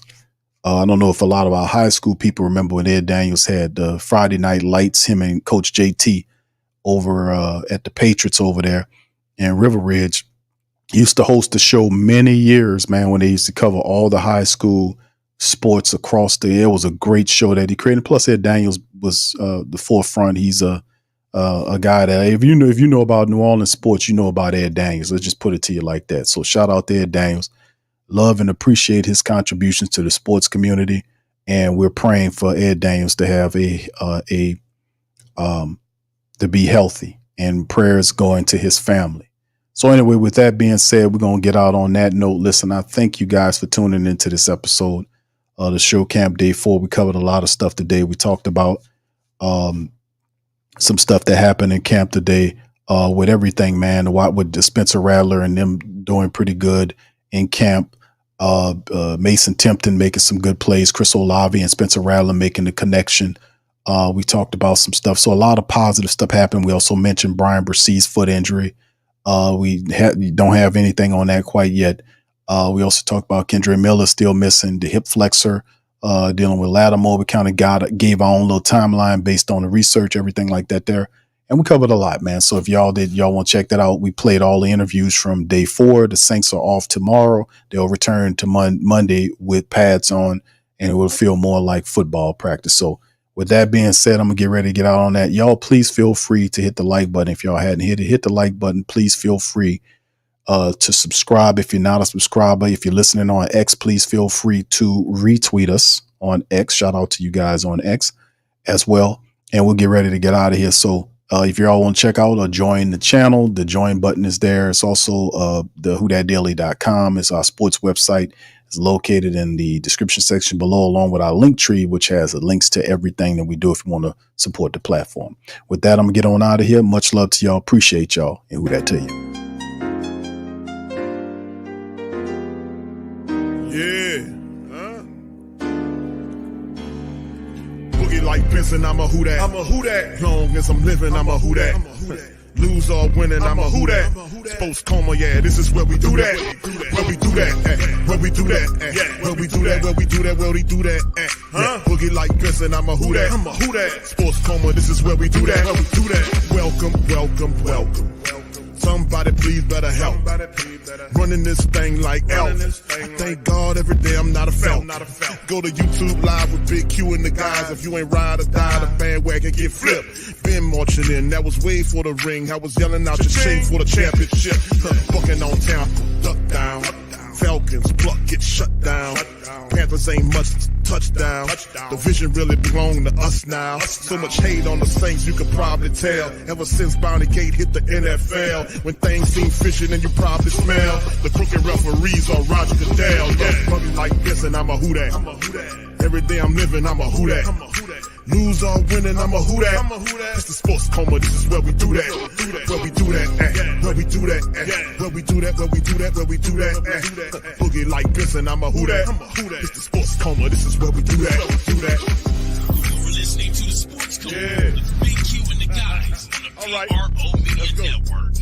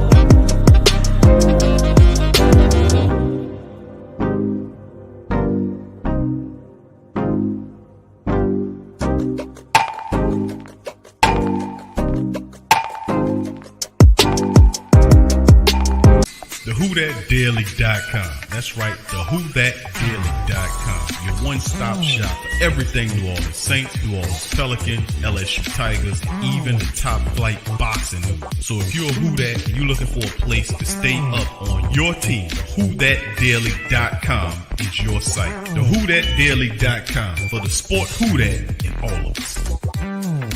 That's right, the Pro Shop is the platform store where you can go and buy all the latest merch to support the platform. Available at the Pro Shops, we have dozens of hundreds of products available for you and your family. Unisex tees for men and women, hoodies and sweatshirts, tank tops, kids and baby items, long sleeve tees, mugs, pillows, wall art, bath bedding, face masks, phone cases, stickers, bags, fanny packs, socks, hats, and many other items. Please feel free to check out the Pro Shops. The link is in the description section below. And remember, it helps the platform continue to grow. Check out the Pro Shop and Who That too.